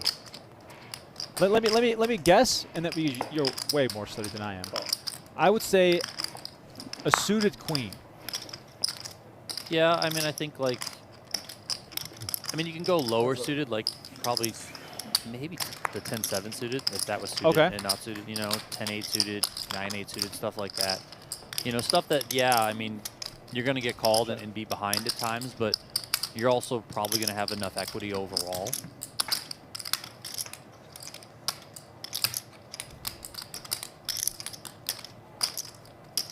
Blind battle here between Chong and Dan. Chong strong here. Yeah, Chong probably feels like, 1, he's pretty confident that he has the best hand, but 2, it's not really the type of hand or this type of texture where you just want to start piling a whole bunch of money in, you know, on multiple streets here. Pretty clear value bet, though, on the end. And maybe he gets an ambitious call from Dan, who now rivered this 8. You know, maybe he gets a call from a queen.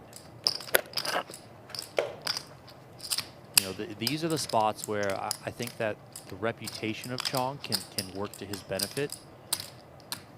You know, people tend to look at Joseph Cheong like he's this crazy, super aggressive player, which he often is. You know, I've played a bit with him, and he gets after it, right? But he's also very, very good. He's very experienced in these spots. He knows the situations. And that's a good fold from Dan.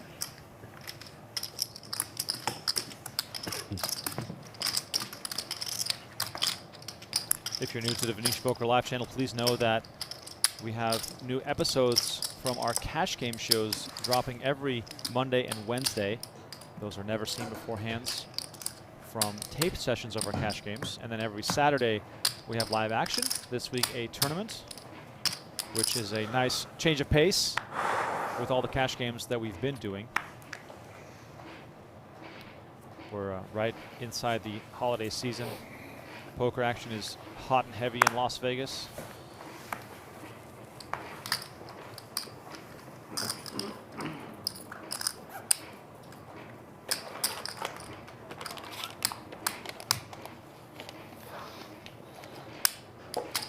This will be an interesting spot for Dan.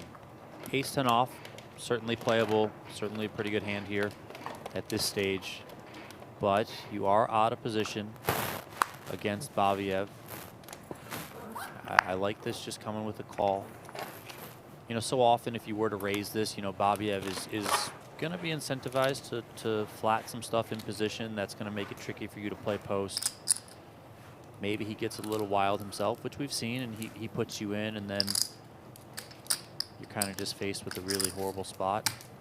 This bad of hand from Babayev, yeah, I expect this, a raise. He doesn't want to just check back and take a flop with 6-deuce off. It's not going to flop that well, so whatever.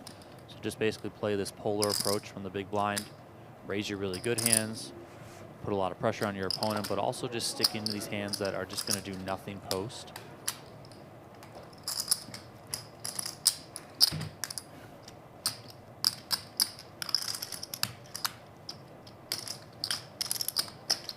I'm not sure what I would do here if I was Dan. I mean, I guess call, but it's not fun.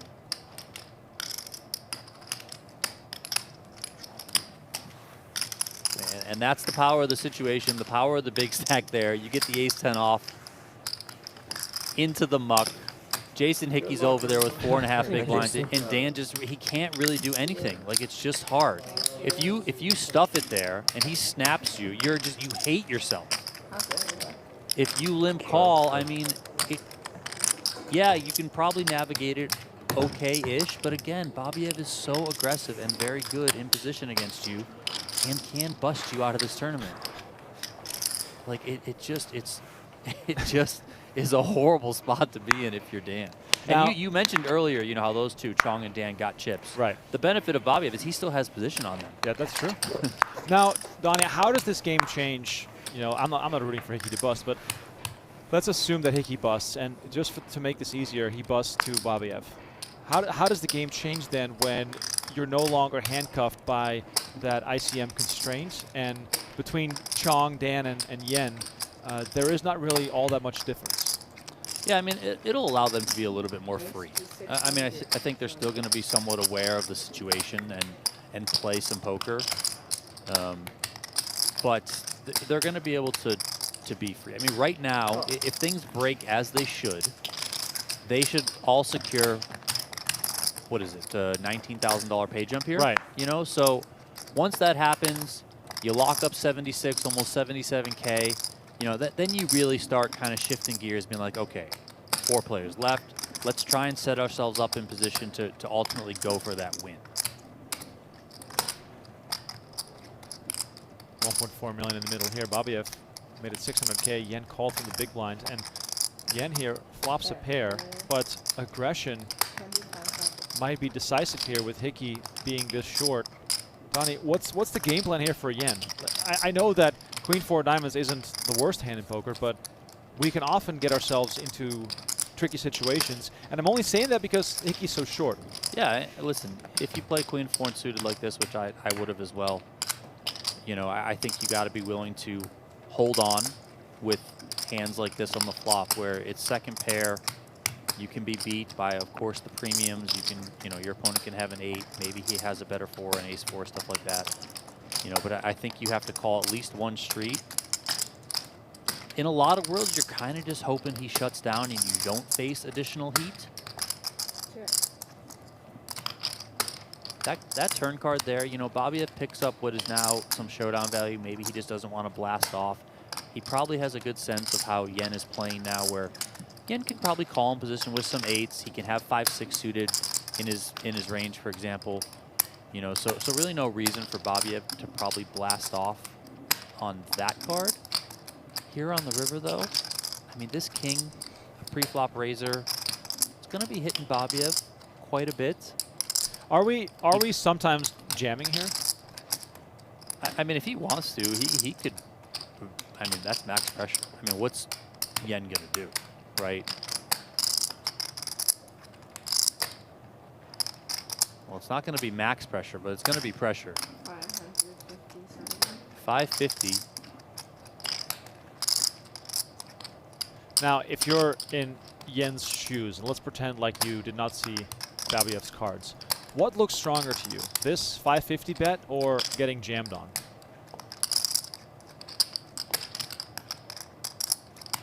I mean, I think it's hard for me to say, just because I'm kind of in a vacuum here looking at how Babayev has played only at this final table.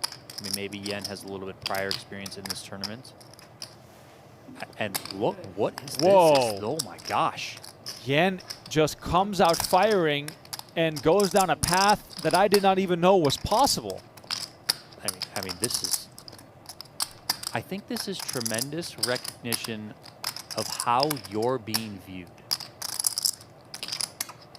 If the players have a sense of how Yen has been playing, then Babayev has to give him hands here. You know, he has to give him 5-6. He has to give him a king-8, king-4 suited, king-3 suited. You know, those types of hands that, you know, improved here.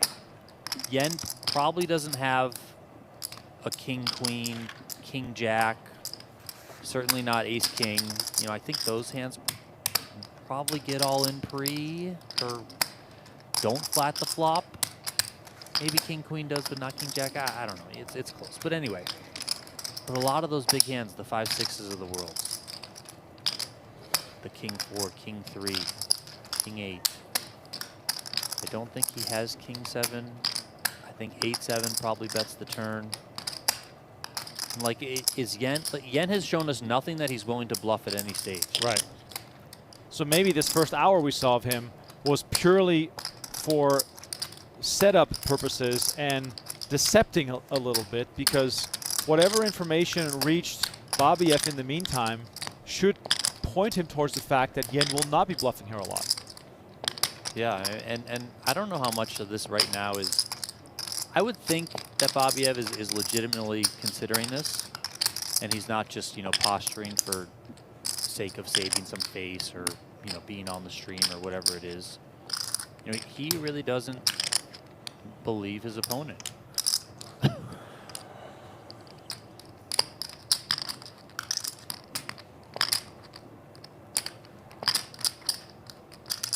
mean, this to me feels like it's a king-4 or a king-3 suited or a 5-6 suited. I think a king-8 would probably bet the turn after being checked too. Maybe even Yen just tries to get that hand in on the flop once he flops top pair.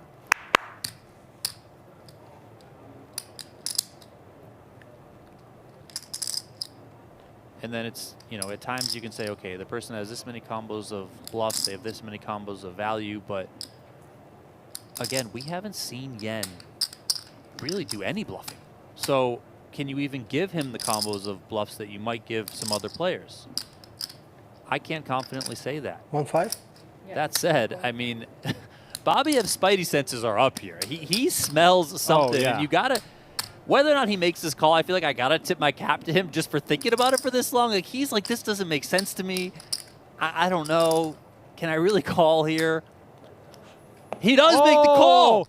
Oh my. Babayev is on point and shows why he's the chip leader. What a call on the river here with the 7. My Lord. And that call was sick. That was awesome. I love that. And Babayev with the stone face, raking in the chips, and Yen, oh my God, looking at the ceiling for help, thinking to himself, why did I do that? If I'm Yen, listen, I've been in the shoes. We all have. We've gotten our bluffs picked off, and it sucks. I would probably just go crawl in the corner behind those trophies and just, you know, be in the fetal position back there and be like, please don't look at me for the next hour or two. This is kind of funny for Hickey too. Like, I know that Yen, you know, has him covered by, you know, by double basically, but still, this is not insignificant. Oh no, it's not. I mean, it makes Hickey feel like he's got a little bit more of a path to finishing into the top 4. But man, that was absolutely incredible. What a call. I mean, listen, Babayev, if you want to scream and put your hands in the air and yell victory like, you know, Johnny Drama from Entourage, I mean, go right ahead, sir, because you deserve that. Great call from Babayev, and he now back on 12.4 million. If you're with us in the chat, please let us know where you're tuning in from. Hit that like button, subscribe to the channel.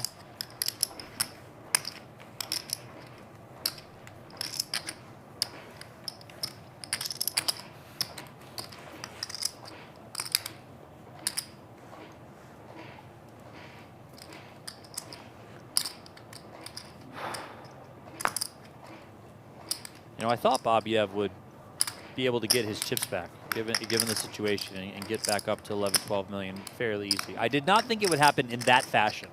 I thought it was just going to be, you know, half a dozen, maybe a dozen hands of him constantly chipping up, putting some pressure on his other opponents. But man, that call was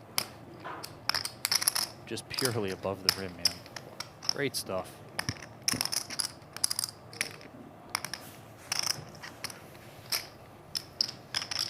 Dan now 400K, raises it up, and Joseph Cheong finds ace queen. Wow. Now Chong does have to give some respect here to Dan. You know, Dan is opening under the gun in early position. And a jam from Joseph Cheong. And, I mean, this is just... Even if we remove the hands, this situation is just awkward. Yeah, I mean Dan's just going to fold. He can't do anything there. And yeah, you know, Chong, you know, while he does have to give some respect, ace queen off, deemed too good by him. And he's just going to put it in. It's a good find.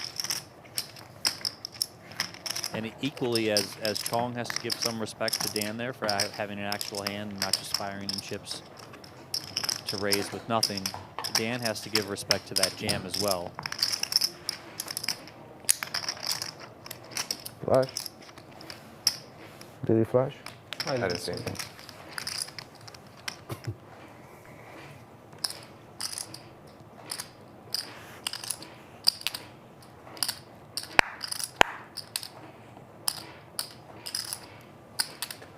$900. 900.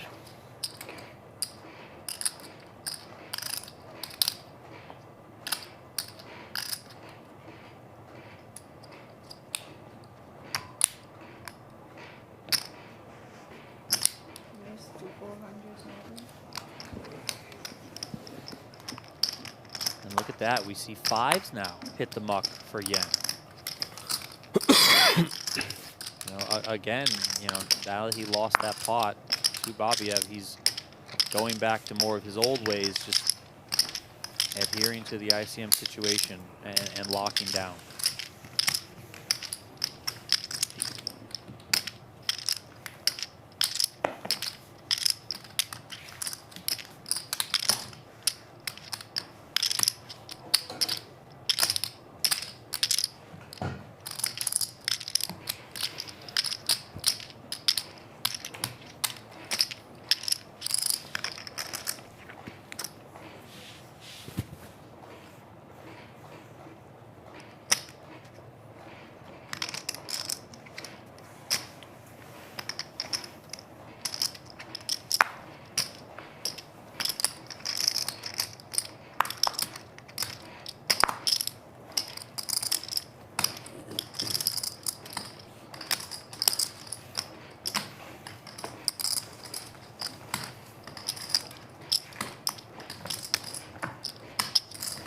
Mood at the table getting a bit more intense as the chat is wondering whether we understand how ICM works. I think we talk about ICM more than most people. Why? What do you mean? What are they wondering? Nick is wondering.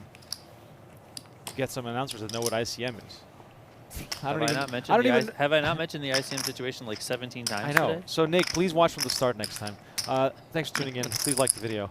No, I mean ICM is one of the biggest things in poker, and here goes Hickey, who had to raise fold away a chunk of his chips not too long ago, and now he's trying to just win this without showdown. He is not looking for a call, but with a7, getting called is also not the end of the world.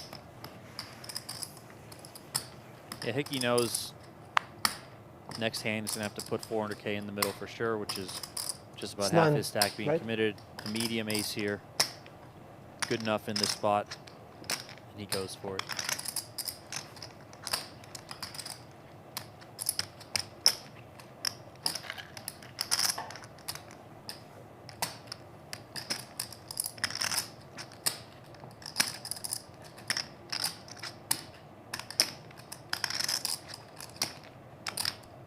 Babayev ace-3 in the small blind.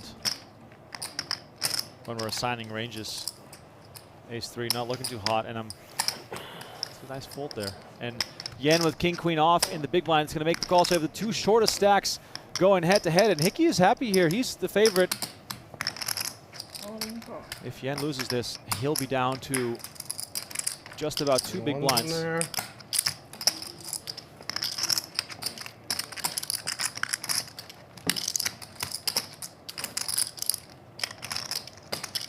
Come on, Ying. Ace, ace, ace. All right, here comes the flop. Hickey a slight favorite.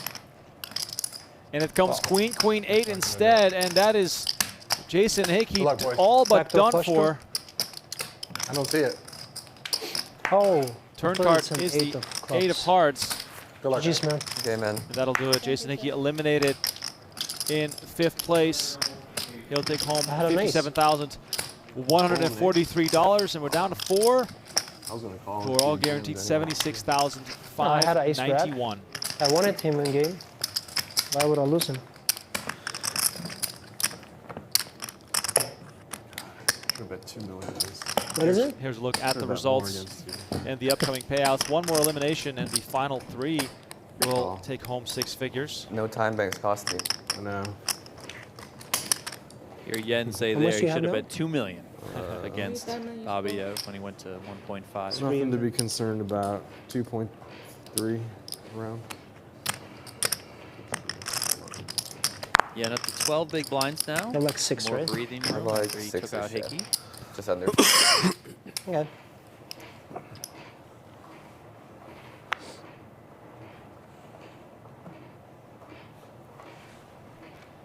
$10-9 suited for Babayev. There's the 400K.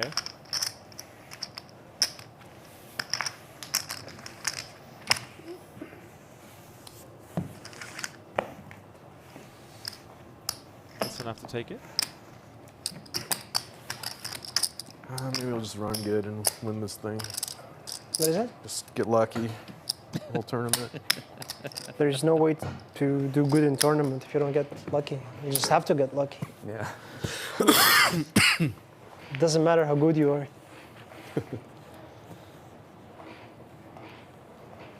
Keep an eye on Dan's stack over there. He's dipped below 4 million, now on just over 3.2, so getting a little bit closer to Yen. And Yen, I think, I think he's very comfortable being able to navigate this short stack. So, I wouldn't expect him to just kind of go crazy and do things out of line here in Ace-10 find against the chip leader open. All in, and this is going to work and be a nice pickup for Yen.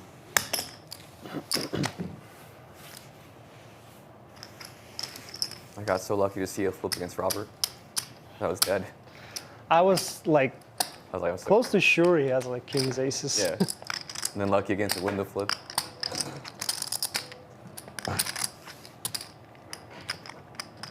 With that pickup, Yen and Dan basically flopping stacks, flopping positions at the bottom of the leaderboard. Yen up to 3rd. Dan down to 4th. Yen is a WPT champion. Yeah, he won the Lucky Hearts for almost $1 million. Also 2nd in the This was a WSOP surprise to event me, to be for, honest. I believe, over 500K.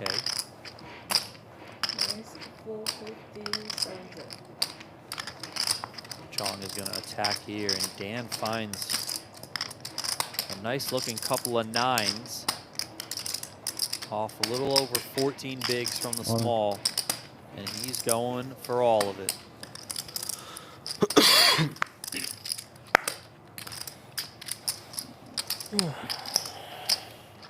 Had such a nice defendable hand. Jack 9 suited. Oh my god, he dominated. I was dominated? Yeah. Well, not surprised. But it was suited. Jack 2, rainbow flop. I'm screwed, right?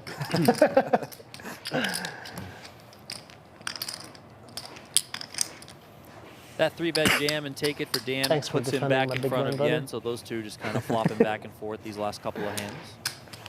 Babayev remains the big chip leader. Chong sitting on 5 million in second place.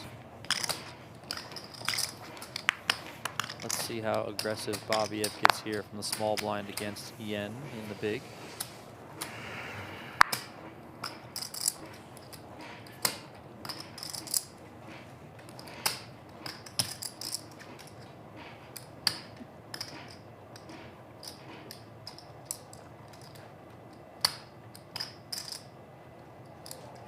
We're still at 200, right? Yeah.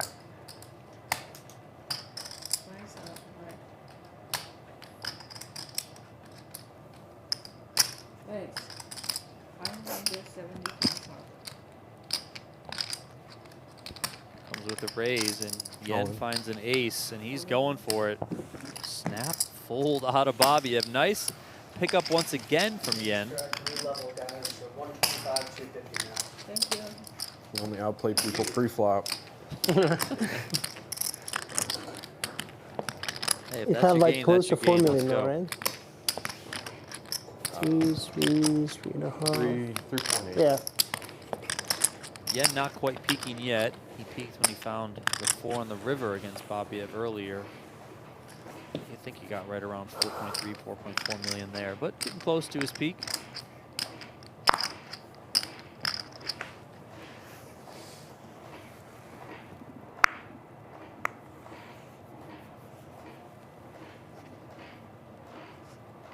I'm going to be getting close to a peak weight if this December continues. You gave me a big Tupperware container with cookies your mom made. Yeah, she made some kind of regular, like, sprinkle Christmas cookies. Oh, Okay. oh my!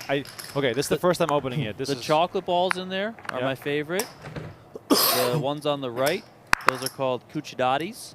Damn. Cookies with some figs and dates mixture in the middle, and then the bigger ones, the thin ones on the left.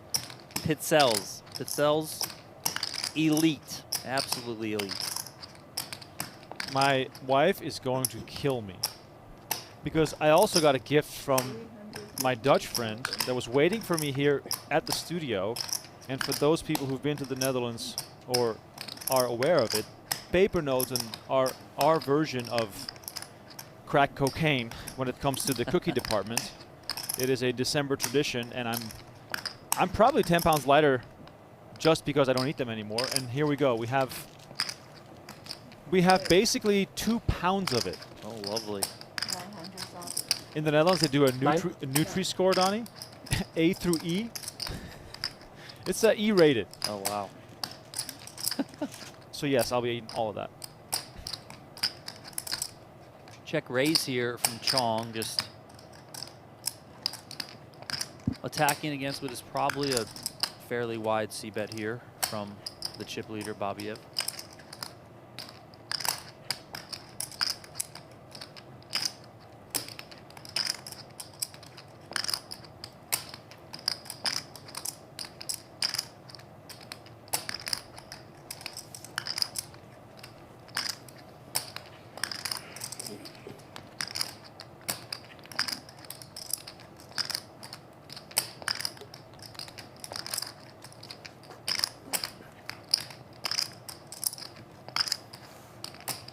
$1.9. Wow, he's going for it. Damn.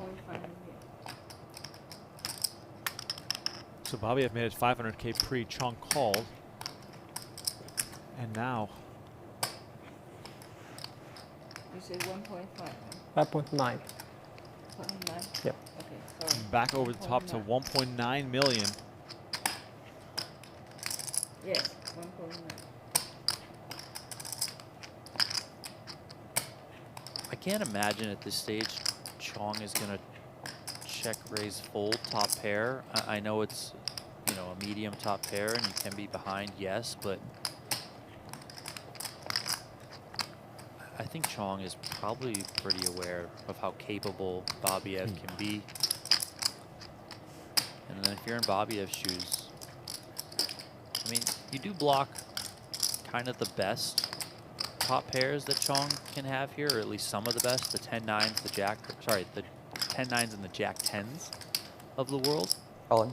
And there it is. Chong with the jam, moves all in, and Babayev knows that The gig is up in this spot.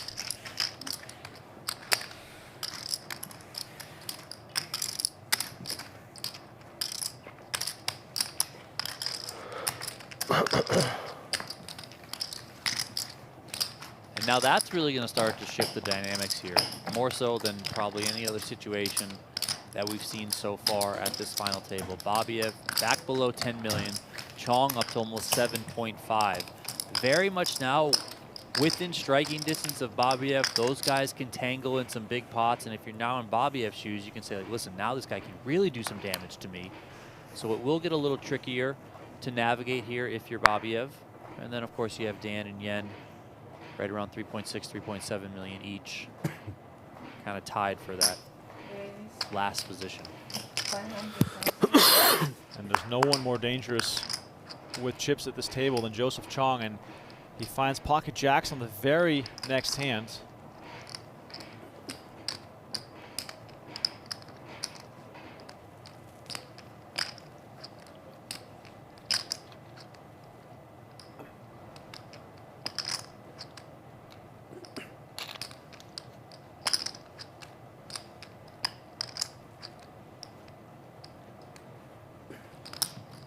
And 1.8. Chong with a little eye contact with the dealer before announcing 1.8.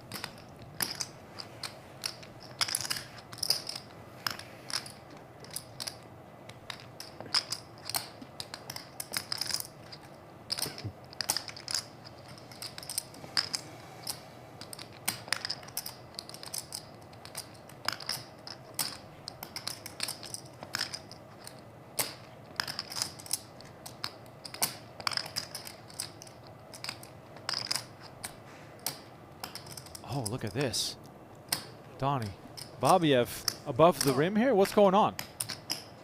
I mean, Queen 10 suited is pretty good. You can play it in position against Chong.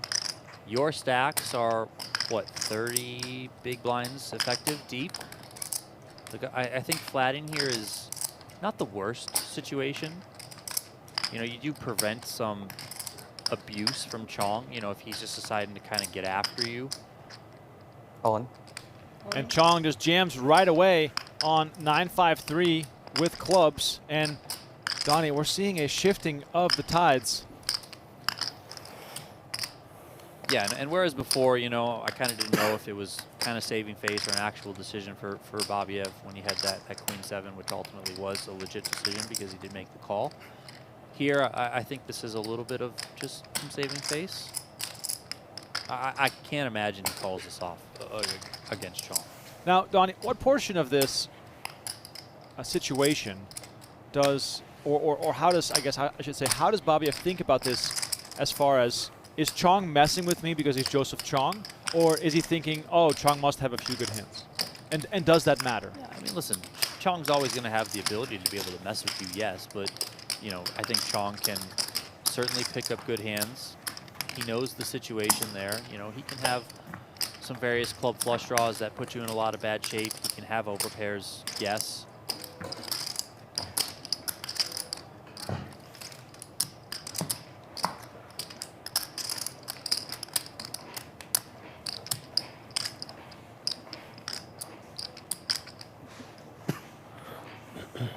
For the first time now,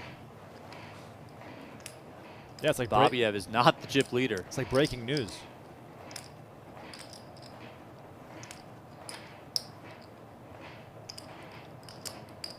Couple of fives here for Yen. Okay. Like I 8 can million see now? him going for that More, one. I right? can see him folding it, given how he's been playing. 9.7. Okay. I mean, once at this stage, you know, you have made it to the top 4, locked up more than 76K. I think you can maybe go for it at times with the, what's he got, 15 bigs with the 2 5s.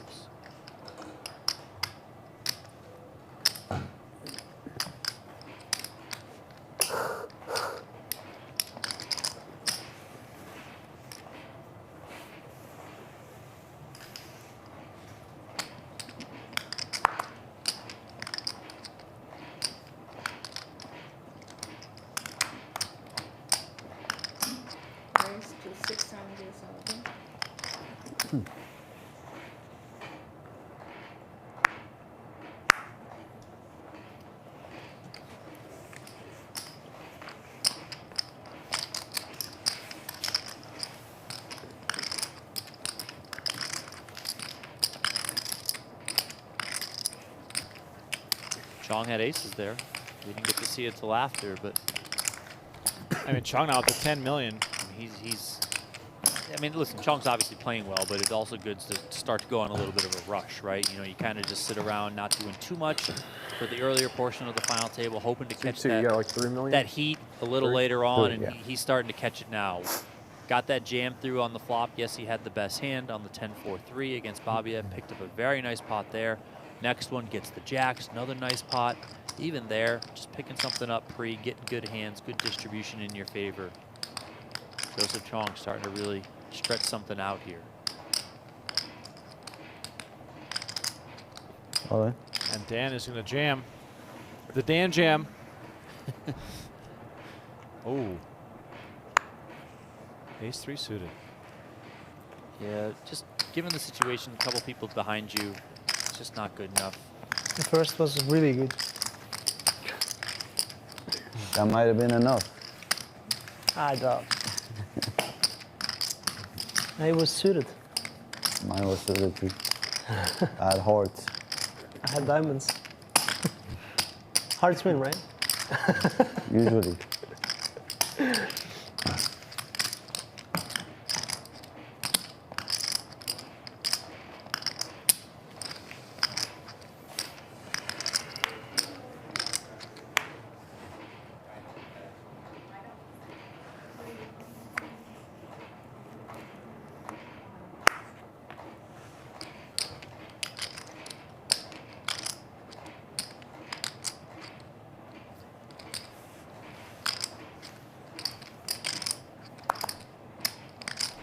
Queen Jack of spades for Chong. And he's going to go on the offense here for sure and just jams.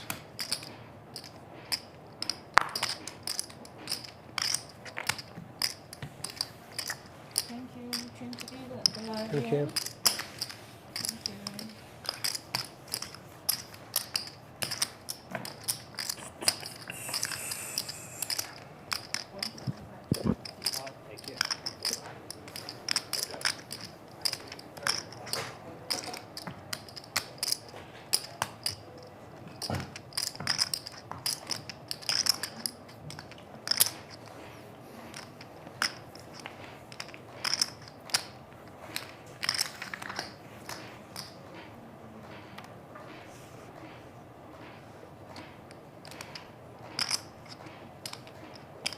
All in. All in. Ace-8 off for Yan, enough to shove, and we're really in that time and place right now where it is just jamming and trying to find a good spot. Count, please.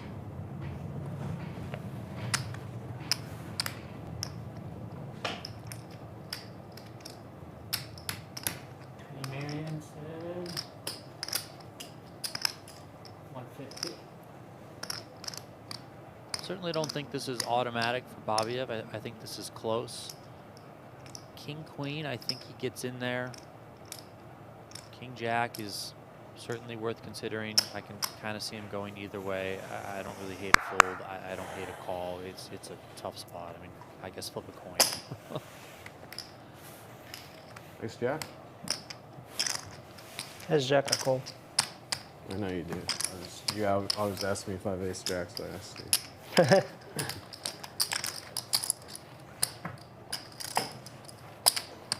Ace 9? I didn't have an ace. King Queen? Yeah, I'm big.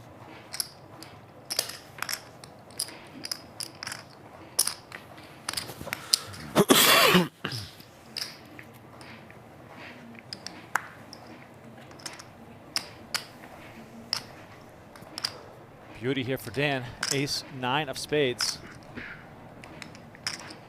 You got a waitress? All in. All in. Hey, we got a waitress.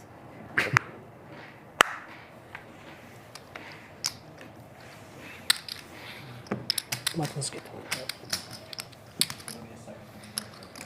Sure.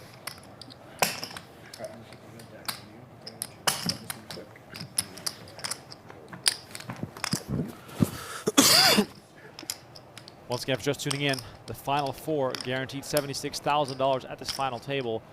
$1 million guaranteed prize pool, the 2K buy-in PokerAtlas Championship. And Babayev, who was in full control all the way up until just now when Joseph Cheong took over.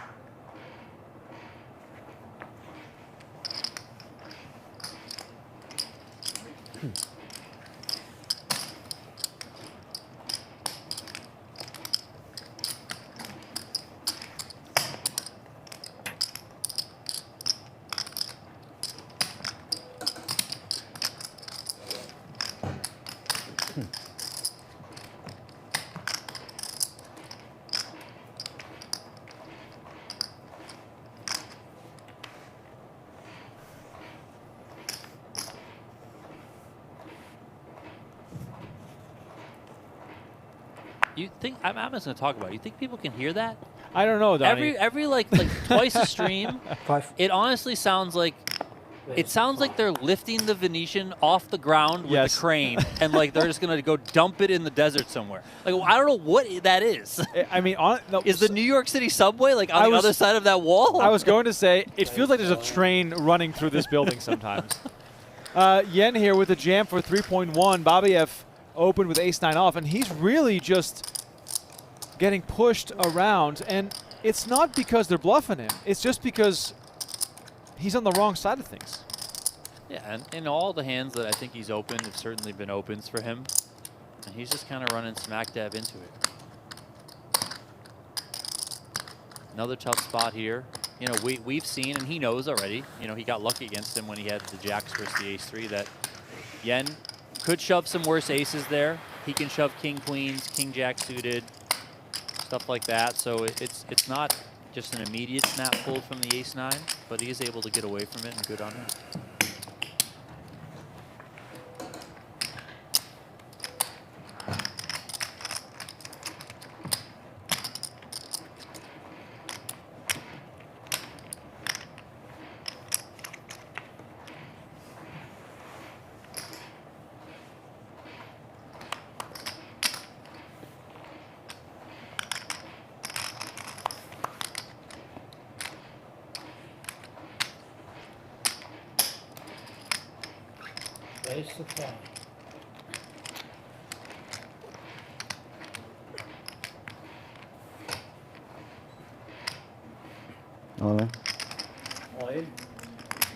And Chong opens, Dan finding king jack offsuit.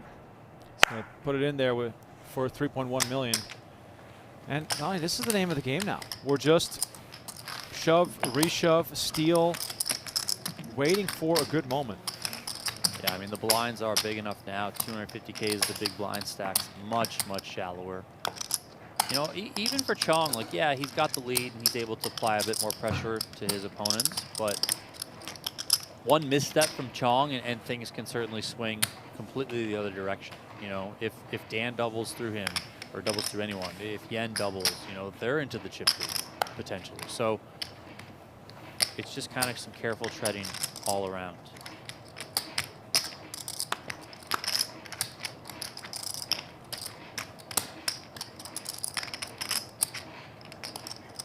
All in. And Dan continues to shove.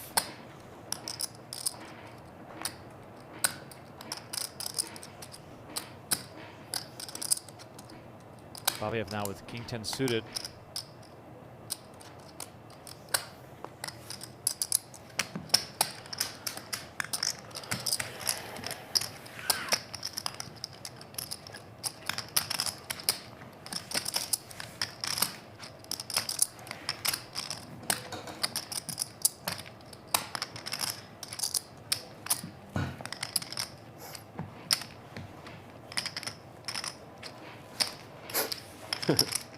Wrong chips.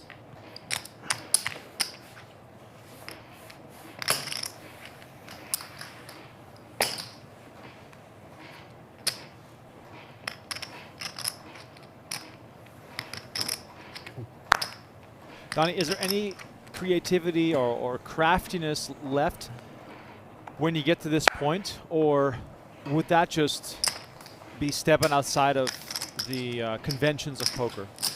I mean, there is a little bit, but it's just narrowed. It's condensed, you know, whereas earlier at the final table, earlier at the tournament when things are a little bit deeper, maybe you get some creativity spread across 2 or 3 streets. You know, here maybe it's just confined to pre-flop and flop, and that's kind of the end of the creativity, because at that stage, given how shallow these stacks are, the money's probably just going to end in. So, you know, still a little bit of creativity, but just overall less so as things kind of just condense. 5. Raise to 5.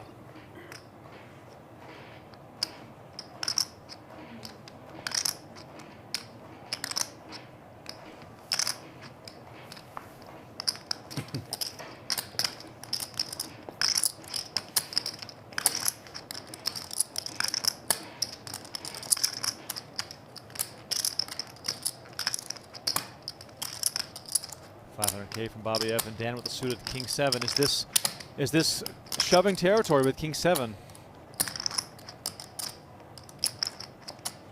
This is tough. I mean, he could peel. Oh, you know, I mean, interesting. You know, he's got enough chips that he could peel. We saw him peel earlier with. Oh, he's just gonna fold. Okay.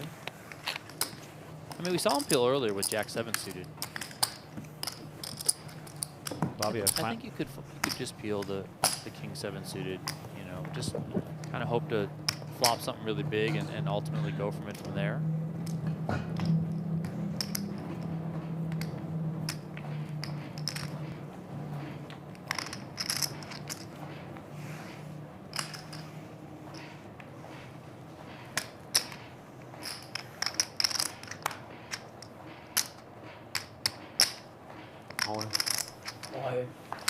Yen with ace 3 suited comes with the jam.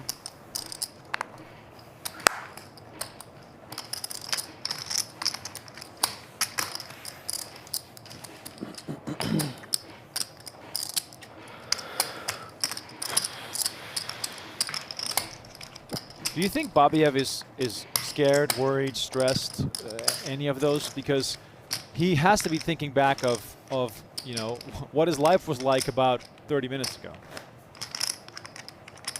Yeah, I would say it's. I mean, part of it is if you're human. I mean, I don't know if Babayev is a robot or not, but you know, you're always gonna feel like, man, I had it.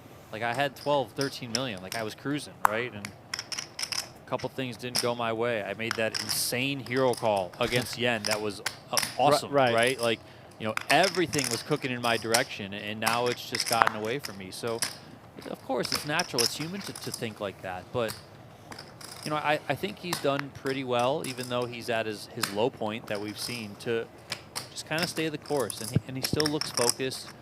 You know, he doesn't look like he's tilted or anything like that.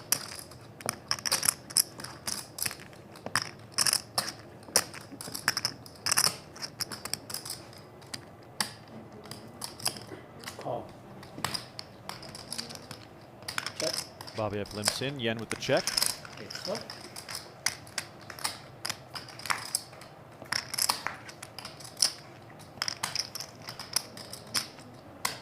Jack 9-5, opening it here for Yen.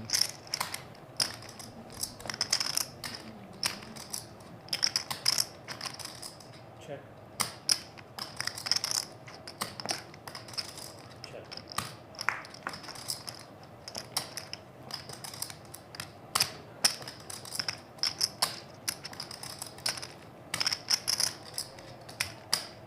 Ten of spades on the turn after 2 checks. Yen now with a pair. Check. Check.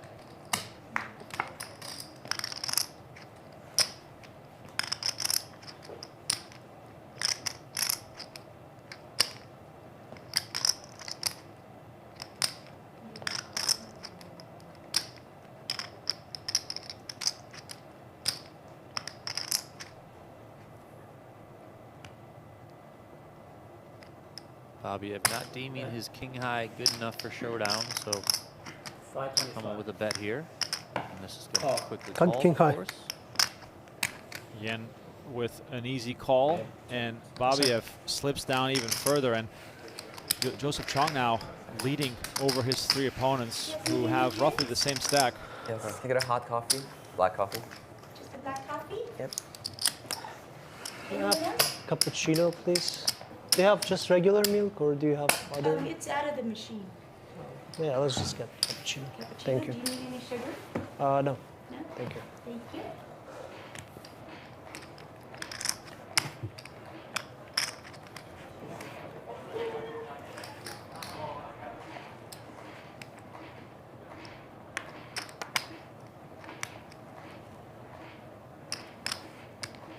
King queen off for Dan here. There we go.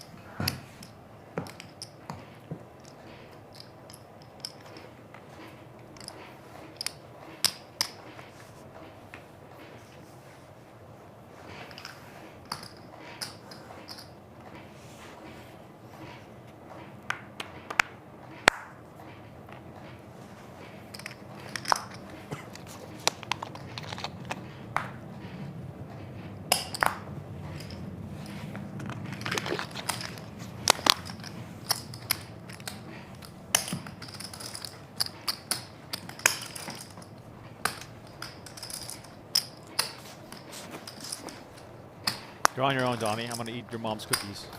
Go right ahead.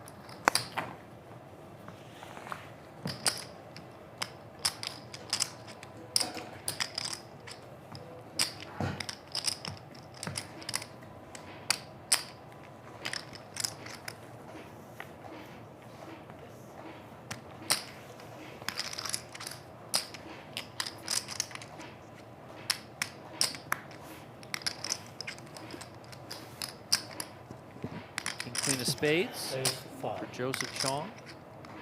And ace king for Iman Dan. All in. Okay, we got a clash coming. Ace 9 for Babayev, suited, clubs.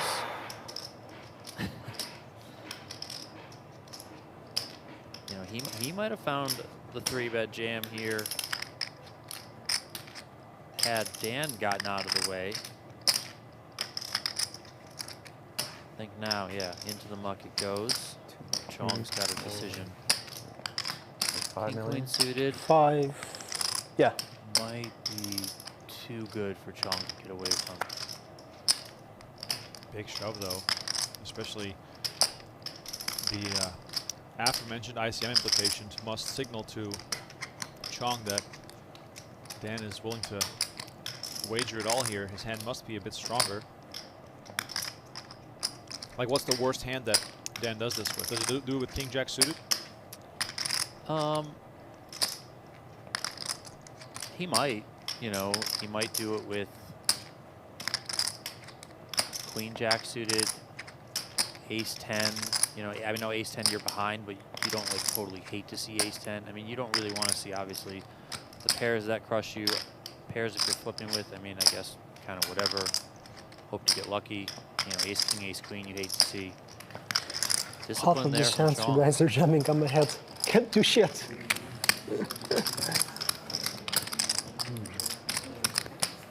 Button is here, right? Yeah.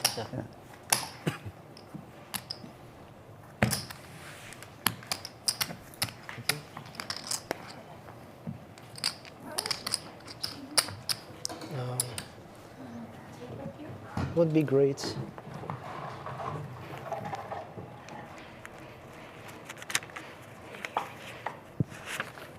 Thank you very much.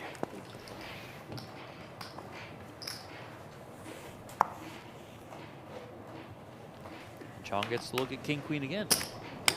And this is going to feel to the other players as if Chong is just trying to run them over.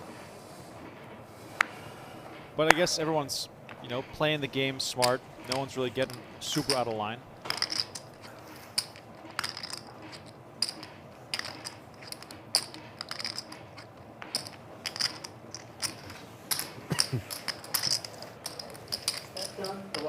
Oh yeah. I got it. Thank you, bro. Matt, can we take like a 5-minute bathroom break after this level? If everyone agrees.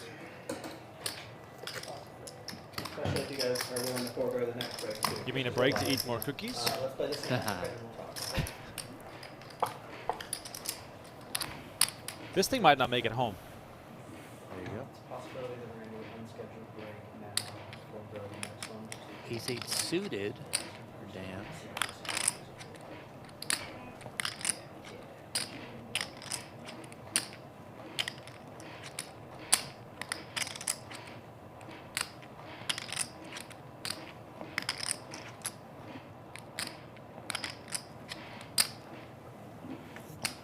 Raise to 5.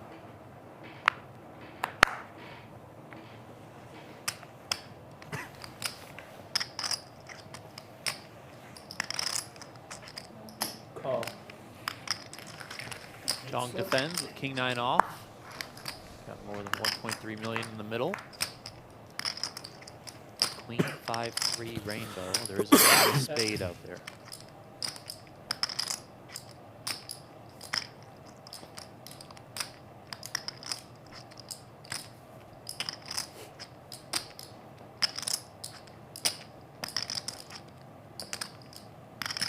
That 350. Guys, you guys want to do an unscheduled break now then? If it's necessary, yeah. Can we, please? Yeah. Yeah, if you need it, of course, I'm okay with it. Yeah, just bathroom break. I mean, unless they won't. 7:45, okay. All right, so we're going on a quick 5-minute bathroom break. The level just ended, so we'll come back with increased blinds here.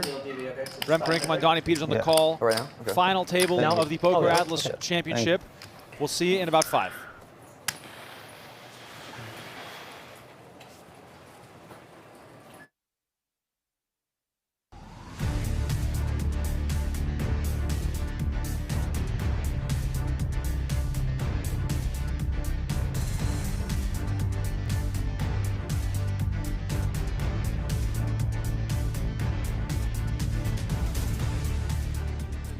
And Oaken hits top pair. Now, this is actually quite almost like troublesome for Oaken because he's going to pay a much bigger price now to see the river, even though his pair outs are dead. He can just hit a king for trips, and that's also not going to do anything.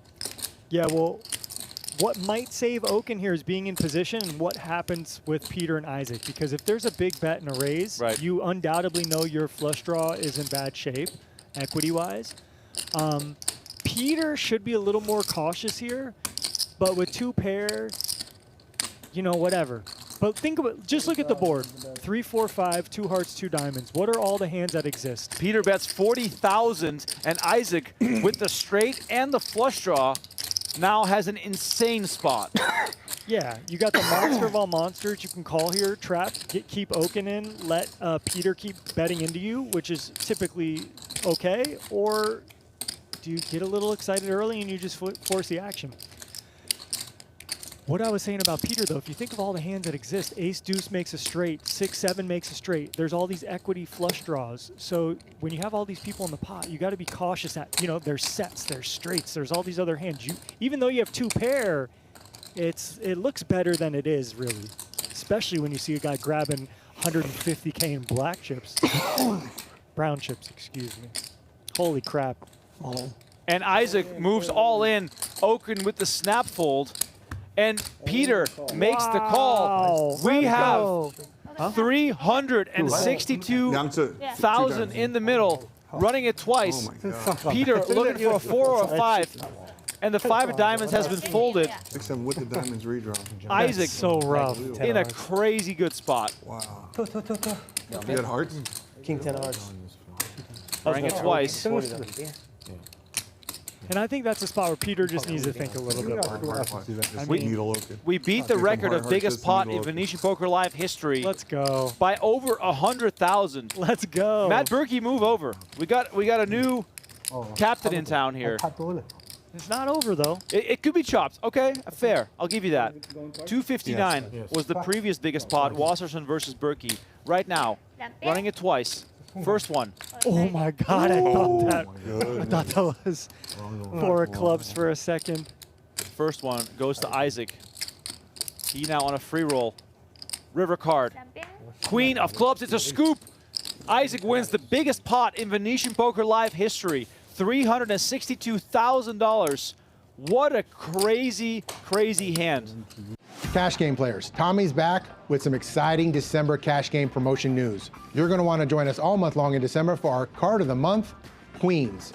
That's right, if you've got a pocket pair of queens in your hand and you flop quads in December, you're going to be awarded a $500 cash prize. And if you turn a river quads with a pocket pair of queens in your hand, you'll be awarded a $250 cash prize. But the card of the month action doesn't stop there. If you make a straight flush with a queen and any other card in your hand and you flop a straight flush in December, you'll take home a $500 cash prize.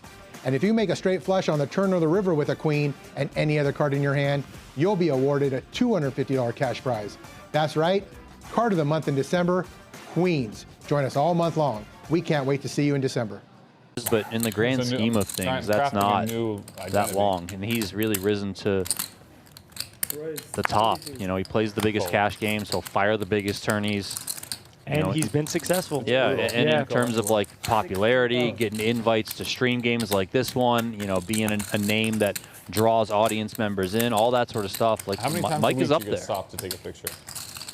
And look at this. What are we doing here? Straddle, Buddy, ace it's queen, like we just talked about. re-raise, king 10, jacks, in a small 16 game. K. All the time. JRB's Yeah, like, all right, I didn't limp here. We're flipping again. JRB kicks it up to 40. Andrew's going to go all in. Cool. What do you have? Ace queen. It's probably. And here we go. Another 6-figure pot up for grabs. It's a flip.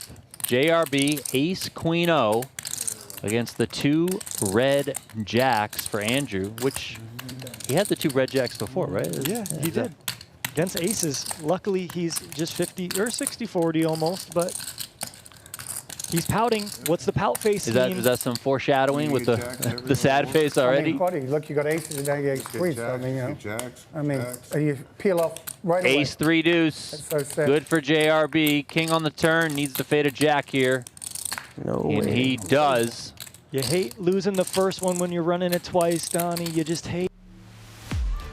Welcome back to Venetian Poker Live. Joseph Cheong leading the way four-handed with $76,000 guaranteed for the finalists. My name is Remco Rinkema. Donnie Peters alongside me as we gorge ourselves on homemade cookies. We are here to find out who will gorge themselves on that $200K top prize. Quite a bit of poker left to be played, but the poker is a little more static now that we're playing 125, 250. 34 bigs for the chip leader, 17 for the short stack. Still anyone's game. Oh yes, very much anyone's game. Okay. You know, it may look like Joseph Cheong has a big chip lead, but as Remco just pointed out, the stack only represents 34, 35 big blinds, and one big pot goes against him, and you know that could shift the top of the leaderboard. So it's going to be a fun race to the finish here. If you're watching us on YouTube or Poker Go, please chime in to the chat. Much appreciate you all hanging out. If you're in Las Vegas, I hope you're also enjoying a bit of the good weather. It's been insane here. Yeah, and if you're in Las Vegas, I mean, come play at the Venetian. I know today doesn't qualify for necessarily everyone because it's a seniors event, but if you're 50 or older, you know, you can come on down. But they got tournaments running, what, through January? Oh, man. Like, it's like up until like Christmas, even on Christmas, there's some smaller stuff, but then right after Christmas, they got the MSPTs coming into town. So, I mean, the tournaments never stop here at Venetian. Absolutely never stop. All in. Place all in. Joseph Cheong jamming with sixes, and Dan looks down at deuces, gets out of the way.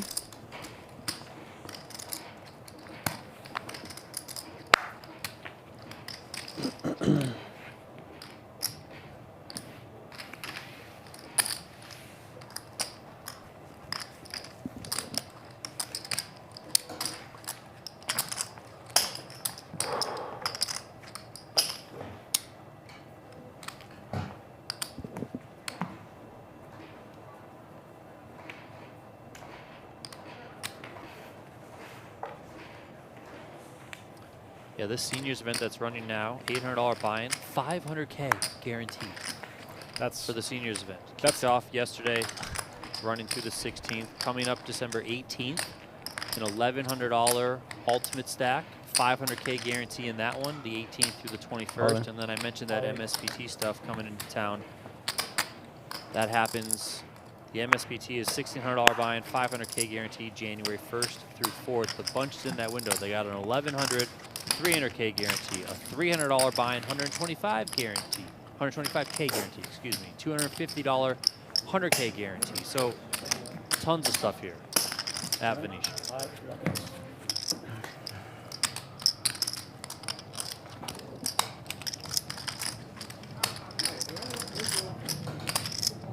$250.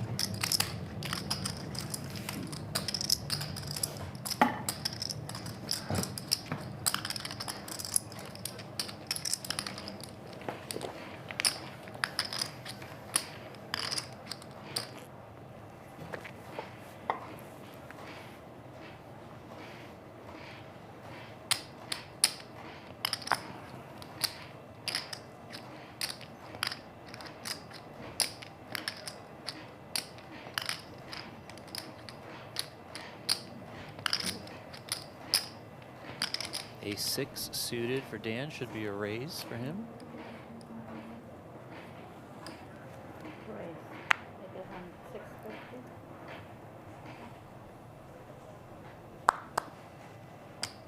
It says 650, right? Or 550. Yes. King 10 off here for Babayev on 4.3 million.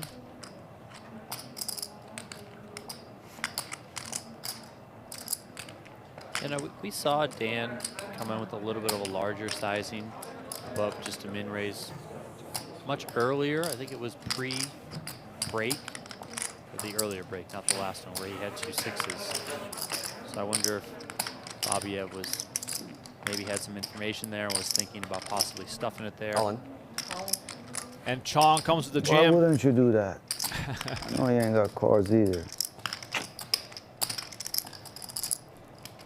And Dan has raising hands, but he No, doesn't you have got no cards call either. shove type hands. Yeah, I mean, listen, I Need don't us to be a call this little off. better. Even if you think Joseph Cheong is completely out of line here, this is just.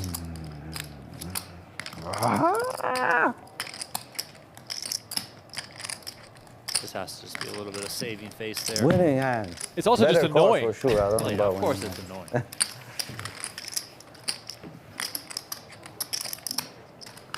If I jam, you snap me, huh? I call both you guys, yeah. Okay. If you jammed, that was also all in. So. No, you're not. If I jam, you fold. If I jam, you fold. No, he's not folding.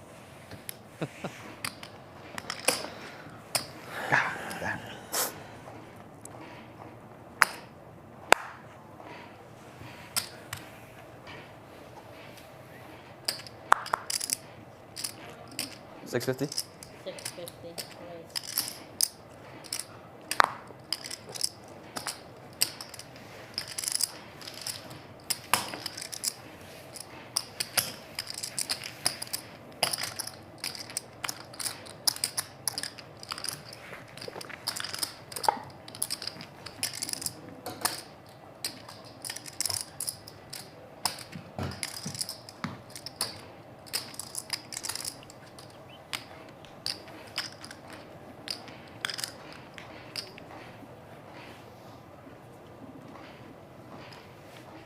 Okay.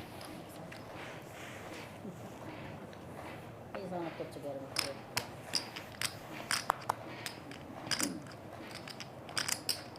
All in. All in.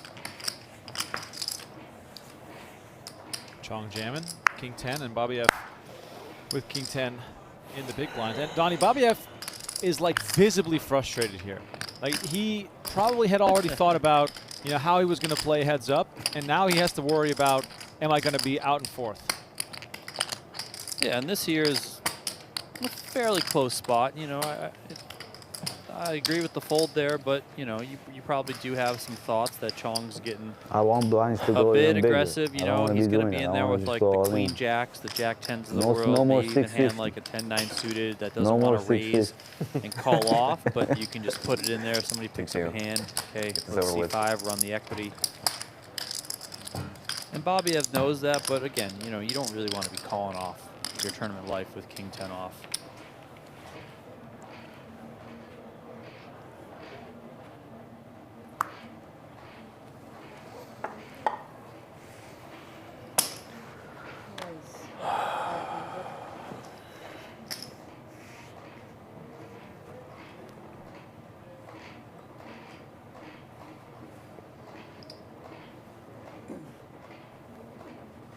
All in.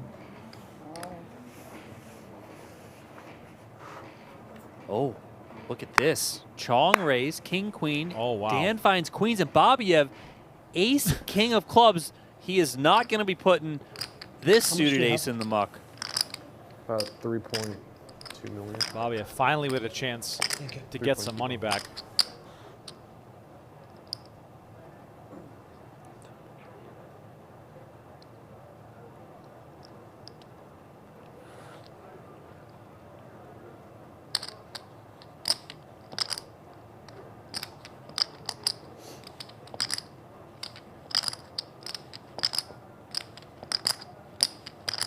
All in. And there goes Babayev with the jam for 3.6 million. Oh, I had aces, Joe. I had aces. And Chong folds king queen. I had a king and a queen. Babayev not happy to Seems hear fair. that, but he is flipping here for his tournament life, which is kind of crazy to say. Yeah. He could go I from really had a very good hand. massive lead to out in Huh? fourth, Out which all would be day. That's the quite best the hand you had all deception. day too. Jack 10-7 on the flop.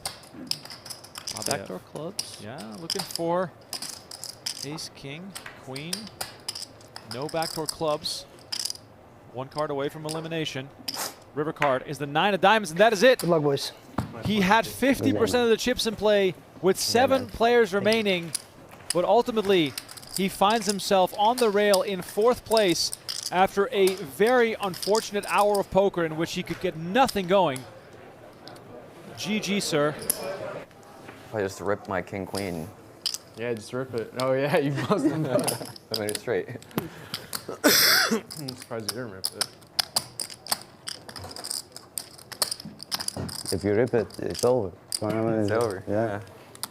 Final 3, 104,000. Wow, that would have been so sick. Now I'm tilted. It's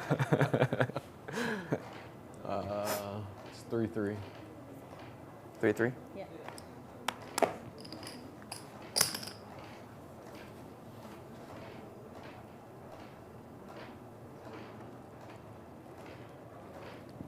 Six.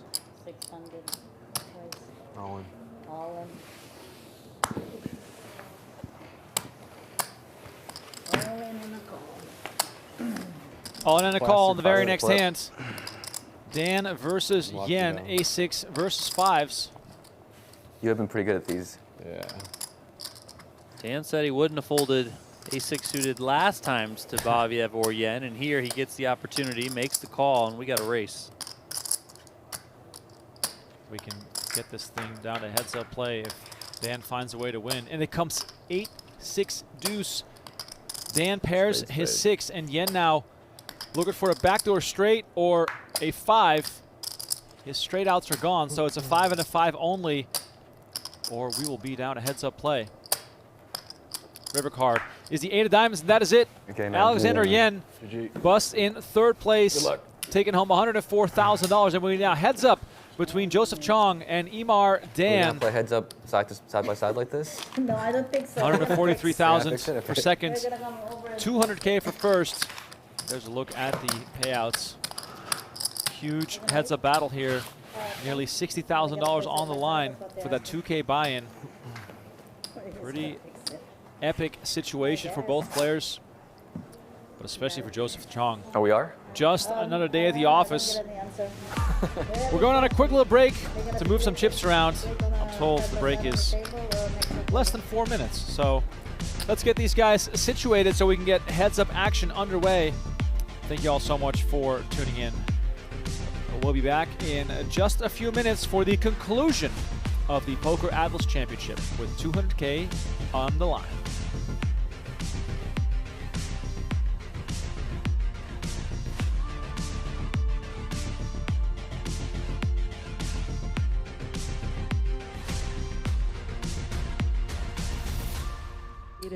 Is the pit of your stomach like, am I going to lose both? That's just. Another ace, followed by 2 6s. I'm going home. Queen on the turn, and a That's it for 4 me, on the guys. river. You know, there's certainly a... It might just end up being a bigger game because instead of someone calling 200, they have to call 1200. So it's pretty interesting. And look at this. JRB with the worst hand, like he naturally does, bets into the field. And yeah, let's see how this works out. Top and bottom for Wasserson. He makes the call. It's hot in here. Everyone with a little piece here, Donnie. Hard to listen Ace to is going to somebody make it blame 10K. how hot Ace has been freaking very, very flippers are. quiet as of late, so pouncing here a little bit. And notice Was trapping the flop with top and bottom pair. You know, naturally you just call to keep your opponent's bluffs in here, but Ace is like maybe not that kind of player to be bluffing that often. So let's see what Was does. Comes with a call. And let's see, does Ace have plans to JRB, blast how away many at this? days a week do you play in here? This summer we're going to play. Probably 5 days a week. Now this is actually a Every great day we turn get a card. chance to Obviously he play. picks up some equity to win with a jack now, but this he is blocks good, all the you know. 2 pairs. Everybody He wants to blocks play. the ace jack, the queen jack. I mean, really, we could do Now two obviously tables, Was probably, beats but queen we're jack, just gonna but do one table. ace jack is really the hand that Ace can represent here. And you know, look, Was is feeling uneasy already. World Series? Yeah. You can see in the disgust in his Play face 12? right Yeah, there. cash games. But he doesn't care, Donnie. He piles it in. There we go. He's going to play all the tournaments. And it's Are not you going to play be any that tournaments? much more. It's basically a min Not even raise the main here, event? slightly more. 25K The bet is 20K. Yeah. It's like 40. Was is all in for event. 41,200. I don't know how Ace with his anybody hand in the can, cookie jar. 12 hours a day. But how many days? 6 days? 7 days? Oh, the main event's 8 But days. look, Was did turn a flush draw here. If he didn't have this flush draw, that probably would be a The main deciding event's factor fun. for him Well, maybe to anyway, make a I'm fold. surprised But they with the haven't flush draw, he just said, fuck it. If I'm beat, I'm beat. I'm putting it in here. I can hit an complaining ace about this? or he a said he's not going to diamond. play this year because it's too long. At least a diamond at the minimum. Yeah. And he's way Exactly ahead what here. you Once you get to day 4, it's You a lot heard of fun Ace playing. there say, I have to He might, call. yeah, he might change his mind. Yeah. Yeah. Feeling priced in here. But This pot, $112,800. Can't fold it. Yeah. An extra 20. Yeah. Wasserson's almost 90% to hold on. Only a jack or a king. That's not a diamond. No good. A 10's going to give Pacheco 2 pair, but it's no good against the better 2 pair for Was. Let's see the second run out.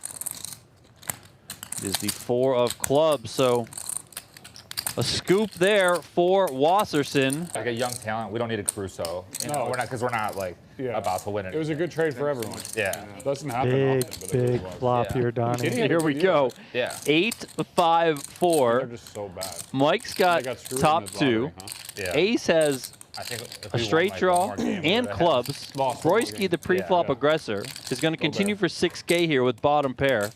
What a play. Robert. Robert to Robert. And I mean, Ace just gets to pile in all the chips here if he wants. I mean, it is 20K. He has 100K. But look, this is one of those hands you just want to get your money and push your equity. You have a straight draw and a flush draw. It's a combo draw. So there shouldn't really be folding from this hand class.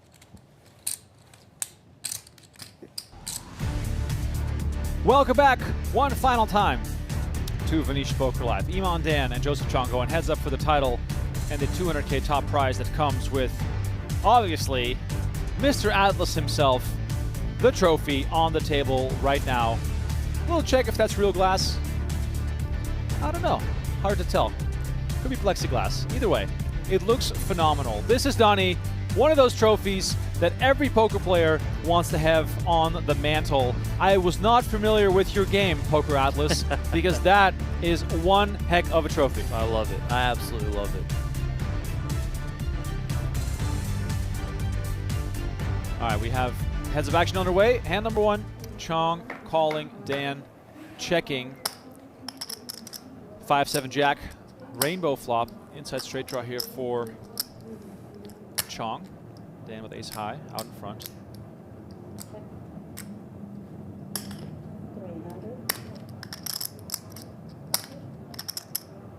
Chong betting 300,000.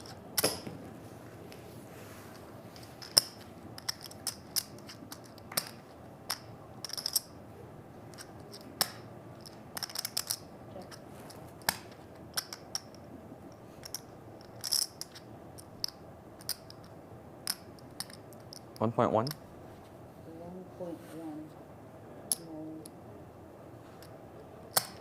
1.1 million here. Chong just continues firing, and he gets it done. Early aggression here.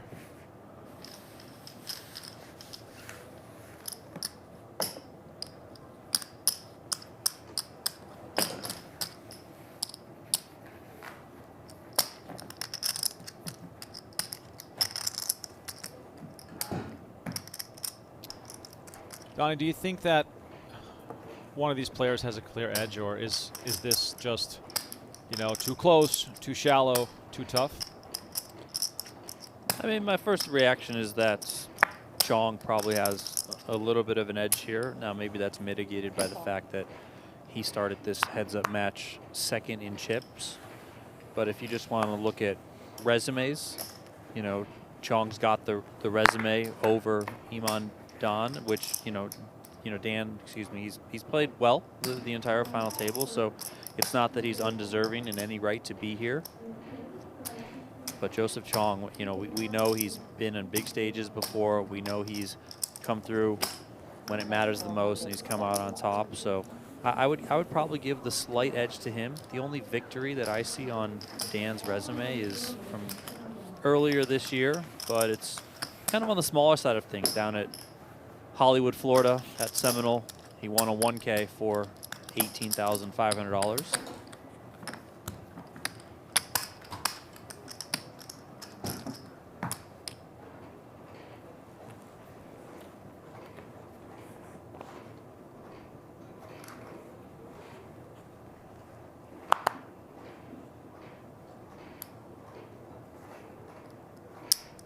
Easier this way.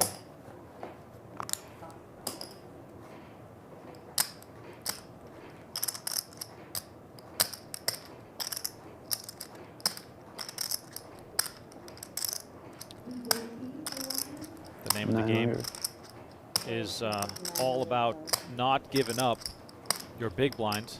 So we'll see lots of flatting.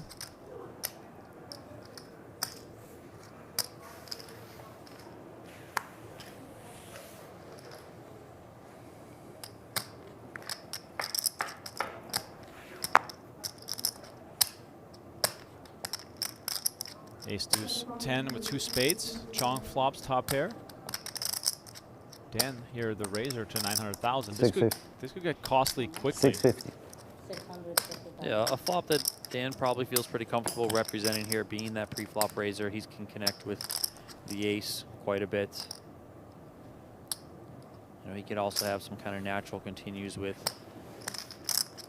some big spades in his hand as well, especially the ones that are king, queen, king, jack, queen, jack, to have the combo draw to go along with them. But Chong's got the best of it.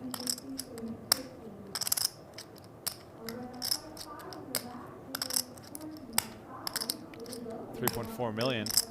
Chong might be comfortable here, just kind of going into call down mode should Dan elect to, at least what it looks like he's about to do, continue to fire off. And that was going to be my next question, is at what point do you decide to just give up?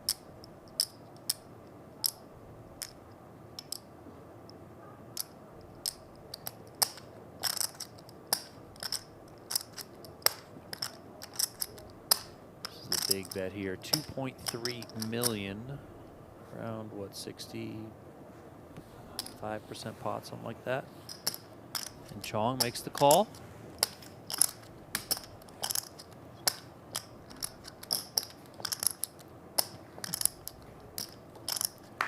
River card, 10 of spades, and Dan, with 8 million in the middle, knows that checking will not do anything for him, but bluffing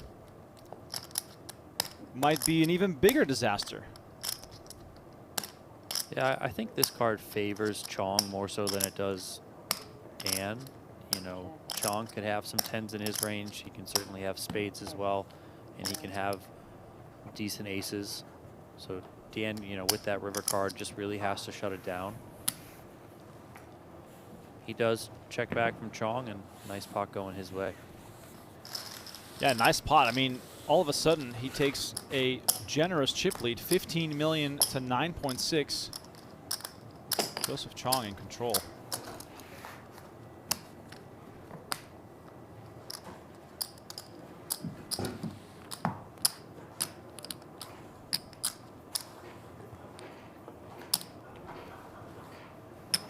Once again, thanks to everyone who's tuned into the stream. I appreciate you all for hanging out. Make sure to subscribe to the channel and like the video. It really helps us out. 800. 800K now from Dan.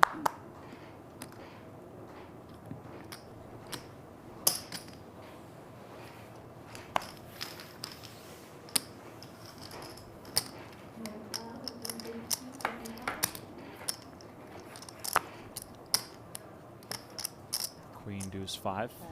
Chong pairs his 5, but Dan pairs his queen.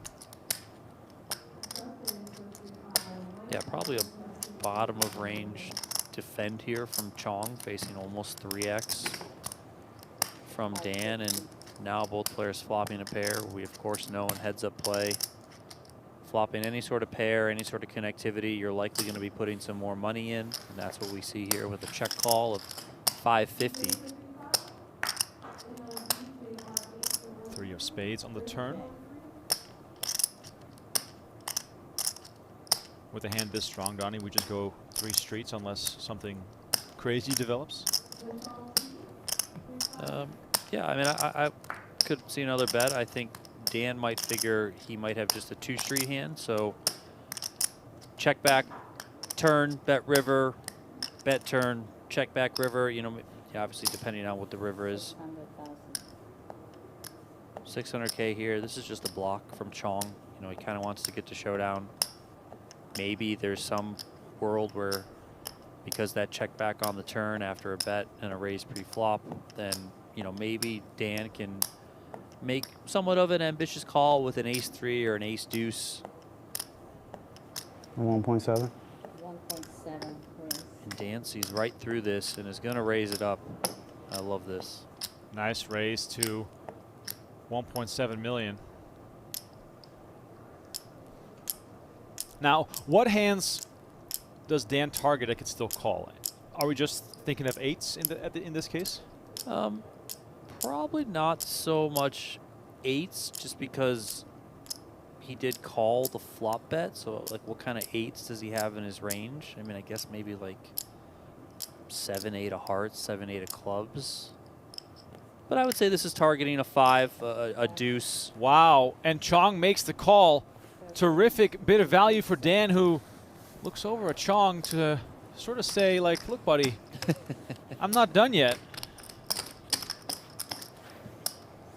You know, maybe Chong calls him with a 3, like specifically a 4-3. Maybe he's the one thinking, you know, I have an ace-3. But all those 1 pair type of hands that are just trying to block.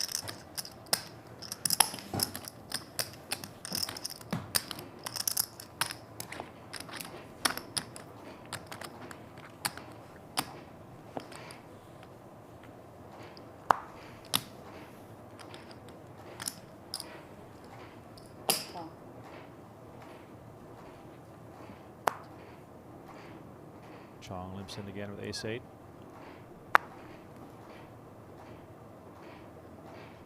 Check.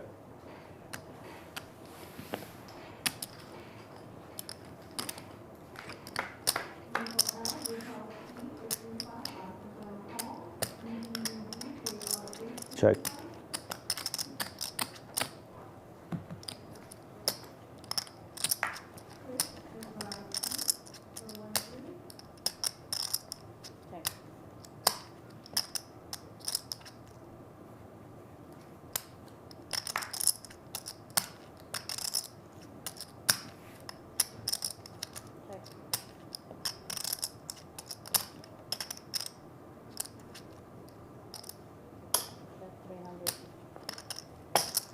Ace high.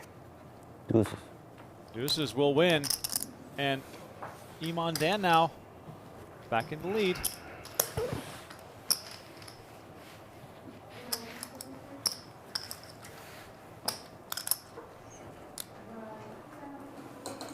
Trophy on the table. It is, of course, Mr. Atlas himself right next to the Venetian Lion. You get to take home 2. And with the bag of cash, someone's going to need some help getting to their car. That's what we all play for, baby.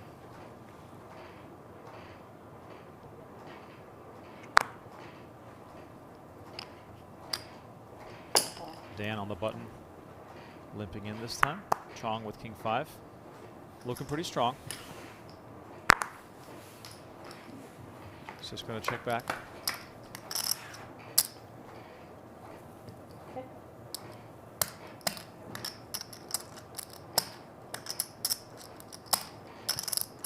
Ace, queen 5, 2 diamonds. Chong has paired up.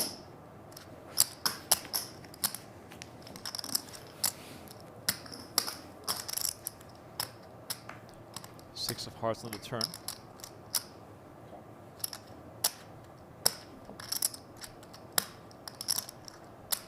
Let's see if Dan has another shell in him here. He's just going to check it back. Now, sometimes it's not easy to pull multiple triggers. Once you did and you got called because you ran into a better hand. 5. Pair 5's best here. Heads up play, the most impactful for the bankroll often, but yet the format we don't often get to play. The ratio of study to play with heads up poker must be absolutely infinite.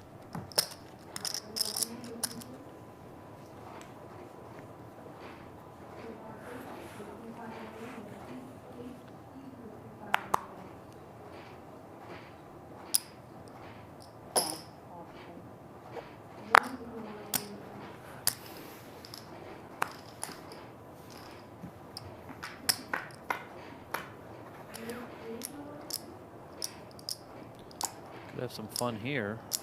2 pair versus 2 overs and a flush draw.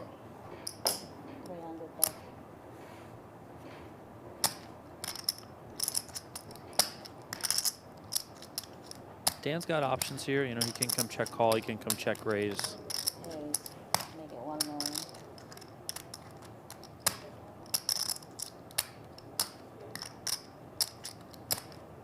$1 million to go.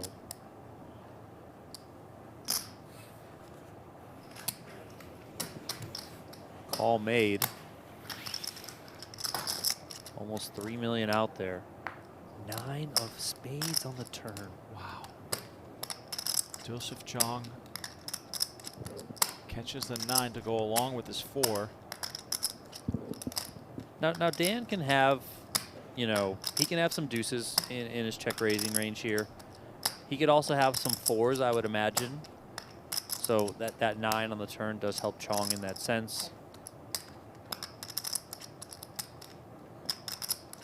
If he's got a hand like, let's say, a king 9 of hearts, you know, 9x of hearts, whatever it is, then he connects there and Chong feels pretty good overall about his hand. Now only really losing to a deuce, and those are on the thinner side of things.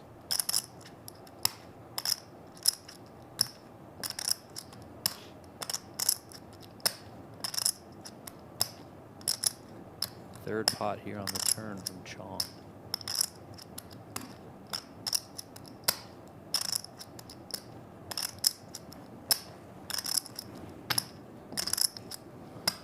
And Dan's going to make the call. He does have those hearts going for him. Can he find one on the river? Instead, it's the queen of diamonds.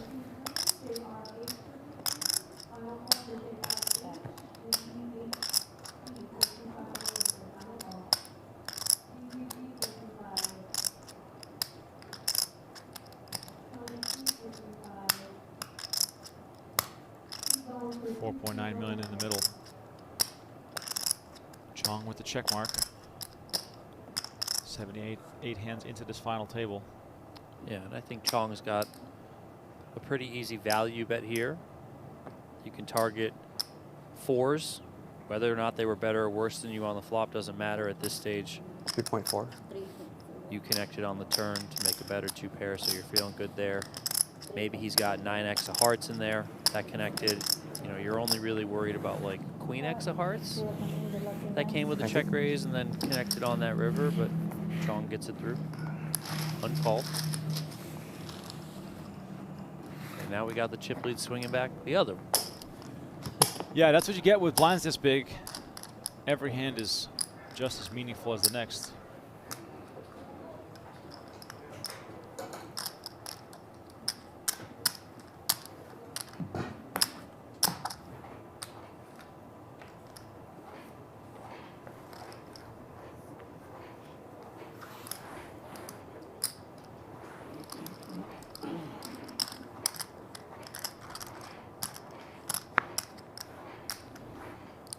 King 6 suited again for Dan, this time diamonds.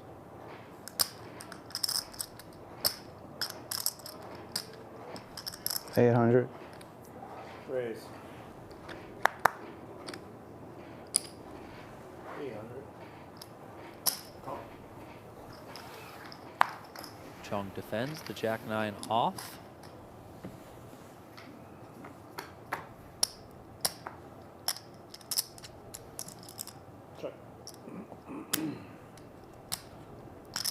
Chong out in front here with top pair and did connect bottom pair. He's got backdoor diamonds as well. He was the pre-flop raiser. 550. 550.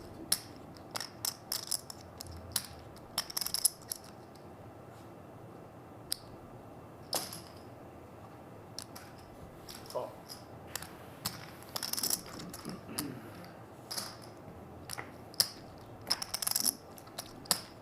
Deuce of clubs on the turn. Chong's jack, obviously, very comfortable here. But with these kinds of pairs, looks as though he can get some value on the river.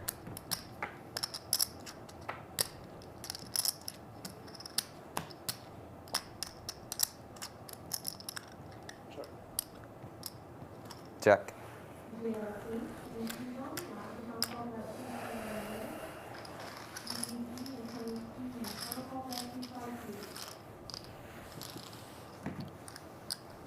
Not a card on the river there with the ace that Chong is going to want a value bet.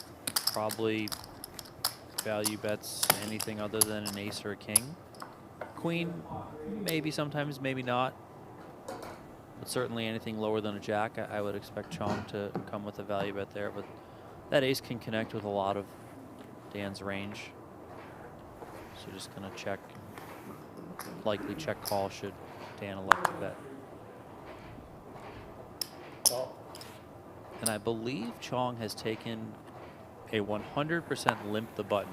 Oh, yeah. I don't think he's raised at all, whereas Dan has raised twice, at least twice that we've seen in position. So, you know, a little bit of a different approach here from these players. Now, Chong really hasn't picked up anything really, really premium to think about raising, but I'll be curious to see if he picks up something very premium, if he continues with just the limp strategy, or if he does elect to raise top of range.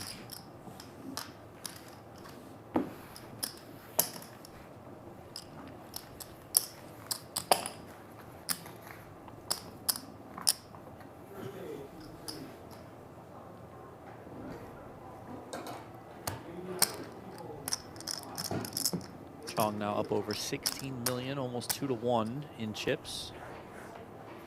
It's the biggest gap so far of this heads-up match.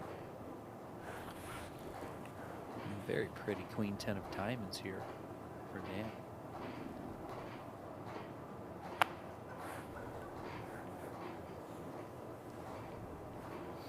$850. Raise. 850 from Dan.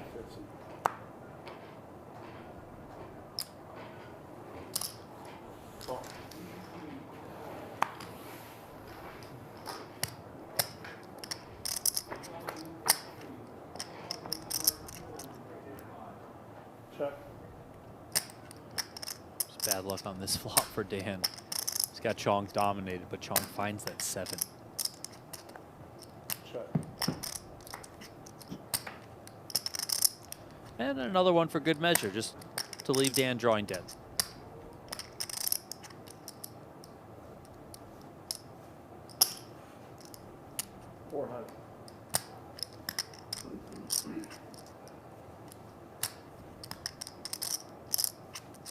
I think Dan can call here. You know, queen high can be good. I think you have some showdown with it. You're getting a really, really good price. There's 2.4 million out there. You got to call 400K. Yeah.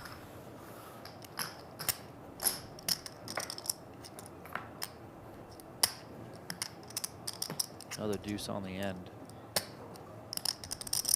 And you could see Dan call another bet here, depending on sizing.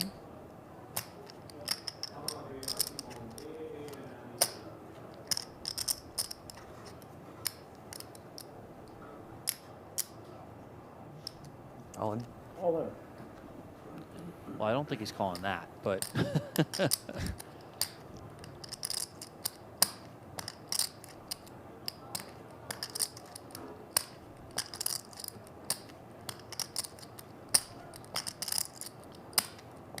now remember, Dan did raise pre-flop, so you know Chong could be targeting ace highs, of course.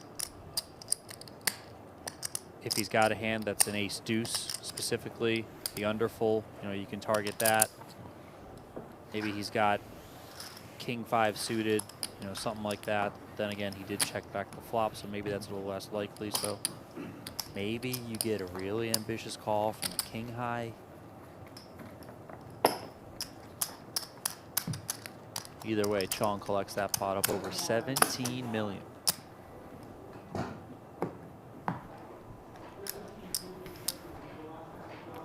Would have been very interesting if Chong came with, like, I don't know, let's say 1 million, 1.5, something like that. If Dan might have looked him up with the queen high. Oh, I'm first.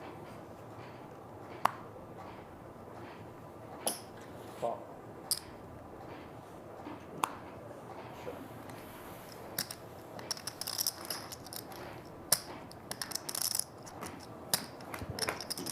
Every pot now basically over $1 million from the get-go. Ace queen 7 with 2 hearts. Dan does not leave himself with lots of room. Yeah.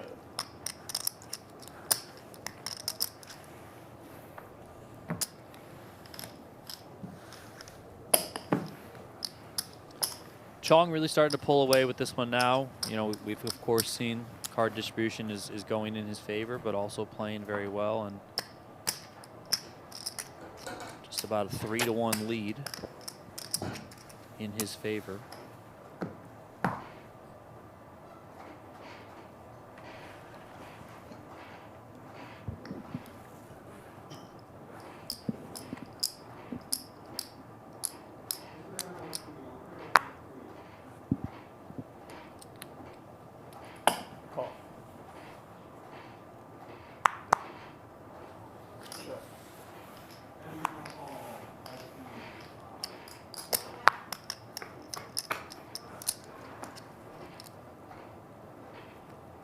Check.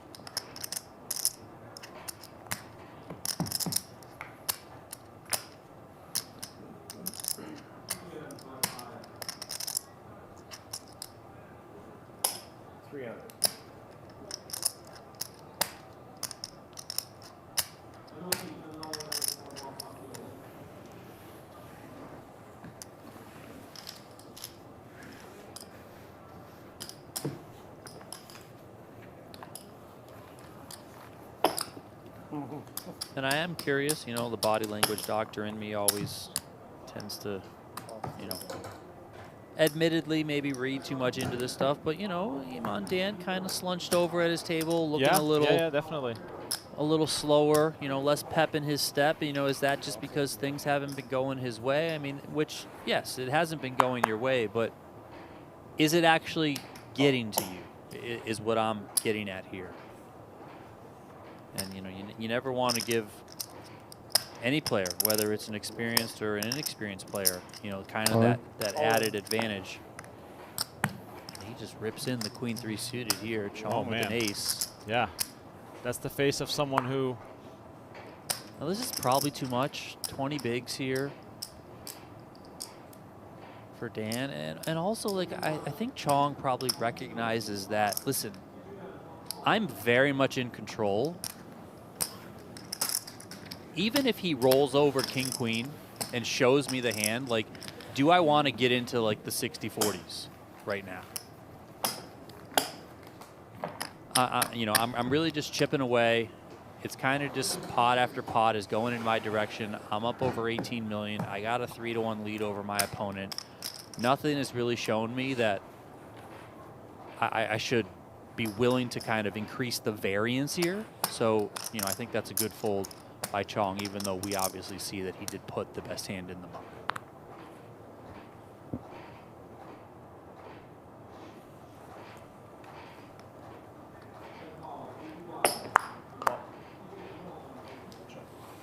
Nobody likes to fold their button, and neither does Dan. Yeah, but even this, like, you know, I like to see the fact that he is limping the 5 deuce off, just because, like, you know, a lot of players might just be like, you know, 5 deuce off, 6 deuce off, whatever. I'll just muck it, give my opponent a walk. I really don't think that there's anywhere to hide when it comes to heads up play. So, you know, I like the fact that he's still willing to play this type of hand, even though it's probably at the bottom of things. Still be able to play it in position and go to a flop and then try and navigate from there.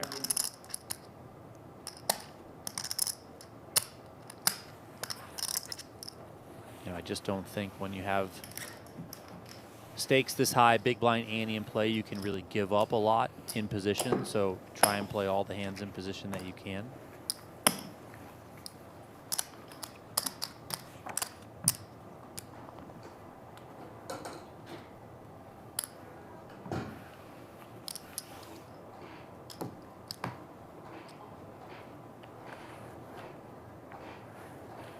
Players are playing for a difference of right around $57,000. It's so funny that a 2K event can spin up a heads-up match that big.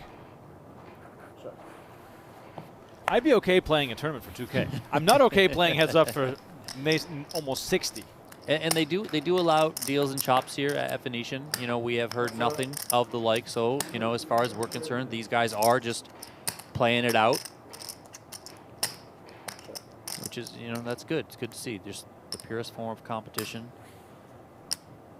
No willingness from either side to give an inch or, you know, lessen the jump between first and second. They're just going to play for what was the original posted payout.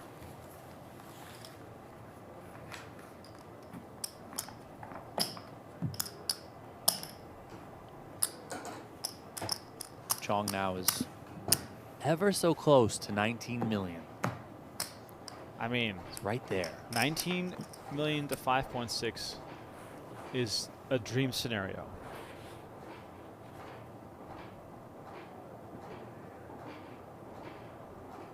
Queen 4 off for Dan. Call.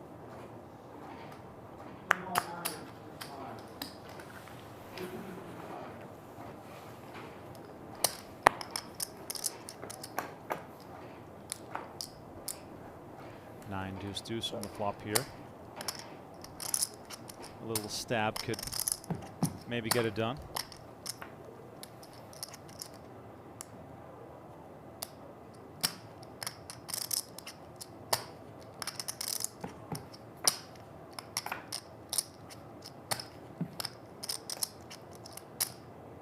Both players connect with that queen on the end. We can obviously see that this one will be chopped if it goes to a showdown. Would expect a bet here from Dan in position.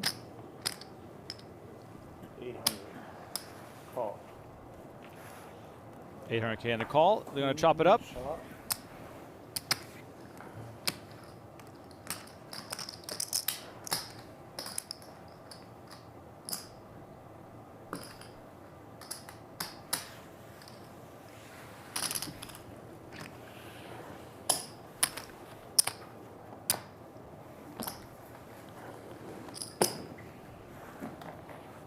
Joseph Cheong, huge favorite here to take home the 200K top prize.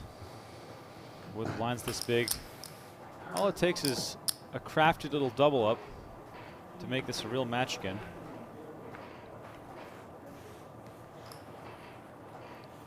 Chong with more than 20 million in live tournament earnings. Oh. All in here for Dan, and Chong lets it go.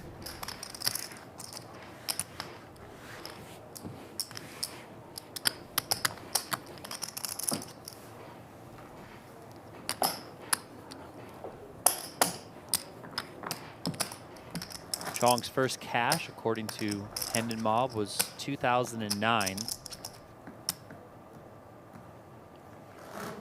And since then, this year included, he's put together 8 years of more than $1 million in cashes this year. Wow.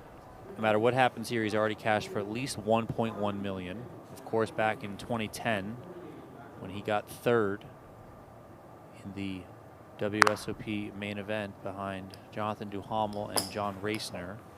That year he cashed for more than 4.6 million.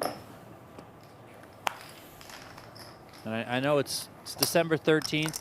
There's only a couple weeks left in 2025, but with so much poker that's going on here at Venetian here in Las Vegas, you know, don't be surprised if you see Joseph Cheong win, I don't know, another $300,000, $400,000, whatever it may be, before this month and this year are all said and done.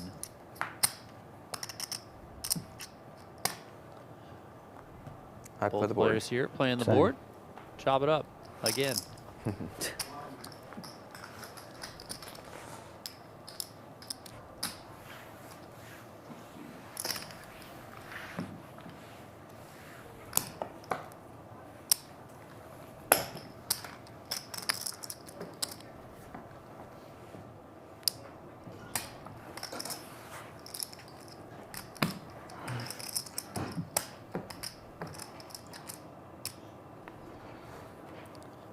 Just to touch on Iman Dan's resume, $534,000 in live tournament earnings. His largest career score is this one right here for at least $143,000 in change. Prior best back in 2015 when he got third in a $350 buy-in event at Seminole Hard Rock in Hollywood for $71,000. That's just outrageous. Poker is a great game. Dan did finish 292nd this year in the WSB main event for $45K. And this is also, of course, with his prior best score being $71K, this is his first six-figure cash in the live tournament realm. All in. And here he is all in, and Chong has kings. Oh, baby. Pocket kings at the right time. Joseph Cheong in the driver's seat to end this tournament right here on the spot. Pretty easy to play that one. Just horrible timing for Dan. He moves all in. Chong looks down, finds the Cowboys. We know the rodeo's in Vegas. Let's go. The money's in. 13.4 million in the middle. Joseph Cheong has 11 million back.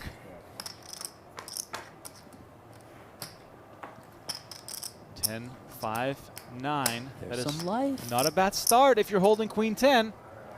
Is there a jack out there? Can we make this a sweat? Iman Dan looking for a lifeline. It's the 4 clubs instead, and now it is pretty clear he needs a queen or a 10, or this thing will be over. river card is the 9 of clubs, and that will do it. Iman Dan finishes runner-up for $143,000 as poker legend Joseph Cheong closes it out, taking home the 200K top prize along with the Atlas Trophy I never play Hold'em. I play PLO. and the Lion as I don't well. really know how to play. That's it. Poker Atlas Championship event winner, 2K buy-in, $1 million guarantee. All right, brother. A big score for Joseph Cheong. Congratulations is in order, and well done as well by Iman Dan in this event as we take a look at the final standings. It started off with Alex Whitenstall, Robert Borick, Jason Hickey, and then the story of the day. Aghrazi Babayev came into the final table with 50% of the chips in play, and he flamed out in 4th place. Alexander Yen was next to go on the very next hand, and then we watched that heads-up battle between Iman Dan and Joseph Cheong to close things out. For Donnie Peters, my name is Remco Rinkema. Thank you all so much for watching. Stay tuned to the Venetian Poker Live channel for more tournament action as well as some high-stakes cash games. We tip our cap to Joseph Cheong, the champion of this event. Until we see you guys again, best of luck at the tables. For now, have a good night, and I guess a early happy holidays is in place. Until we see you guys again, thank you so much. Good night.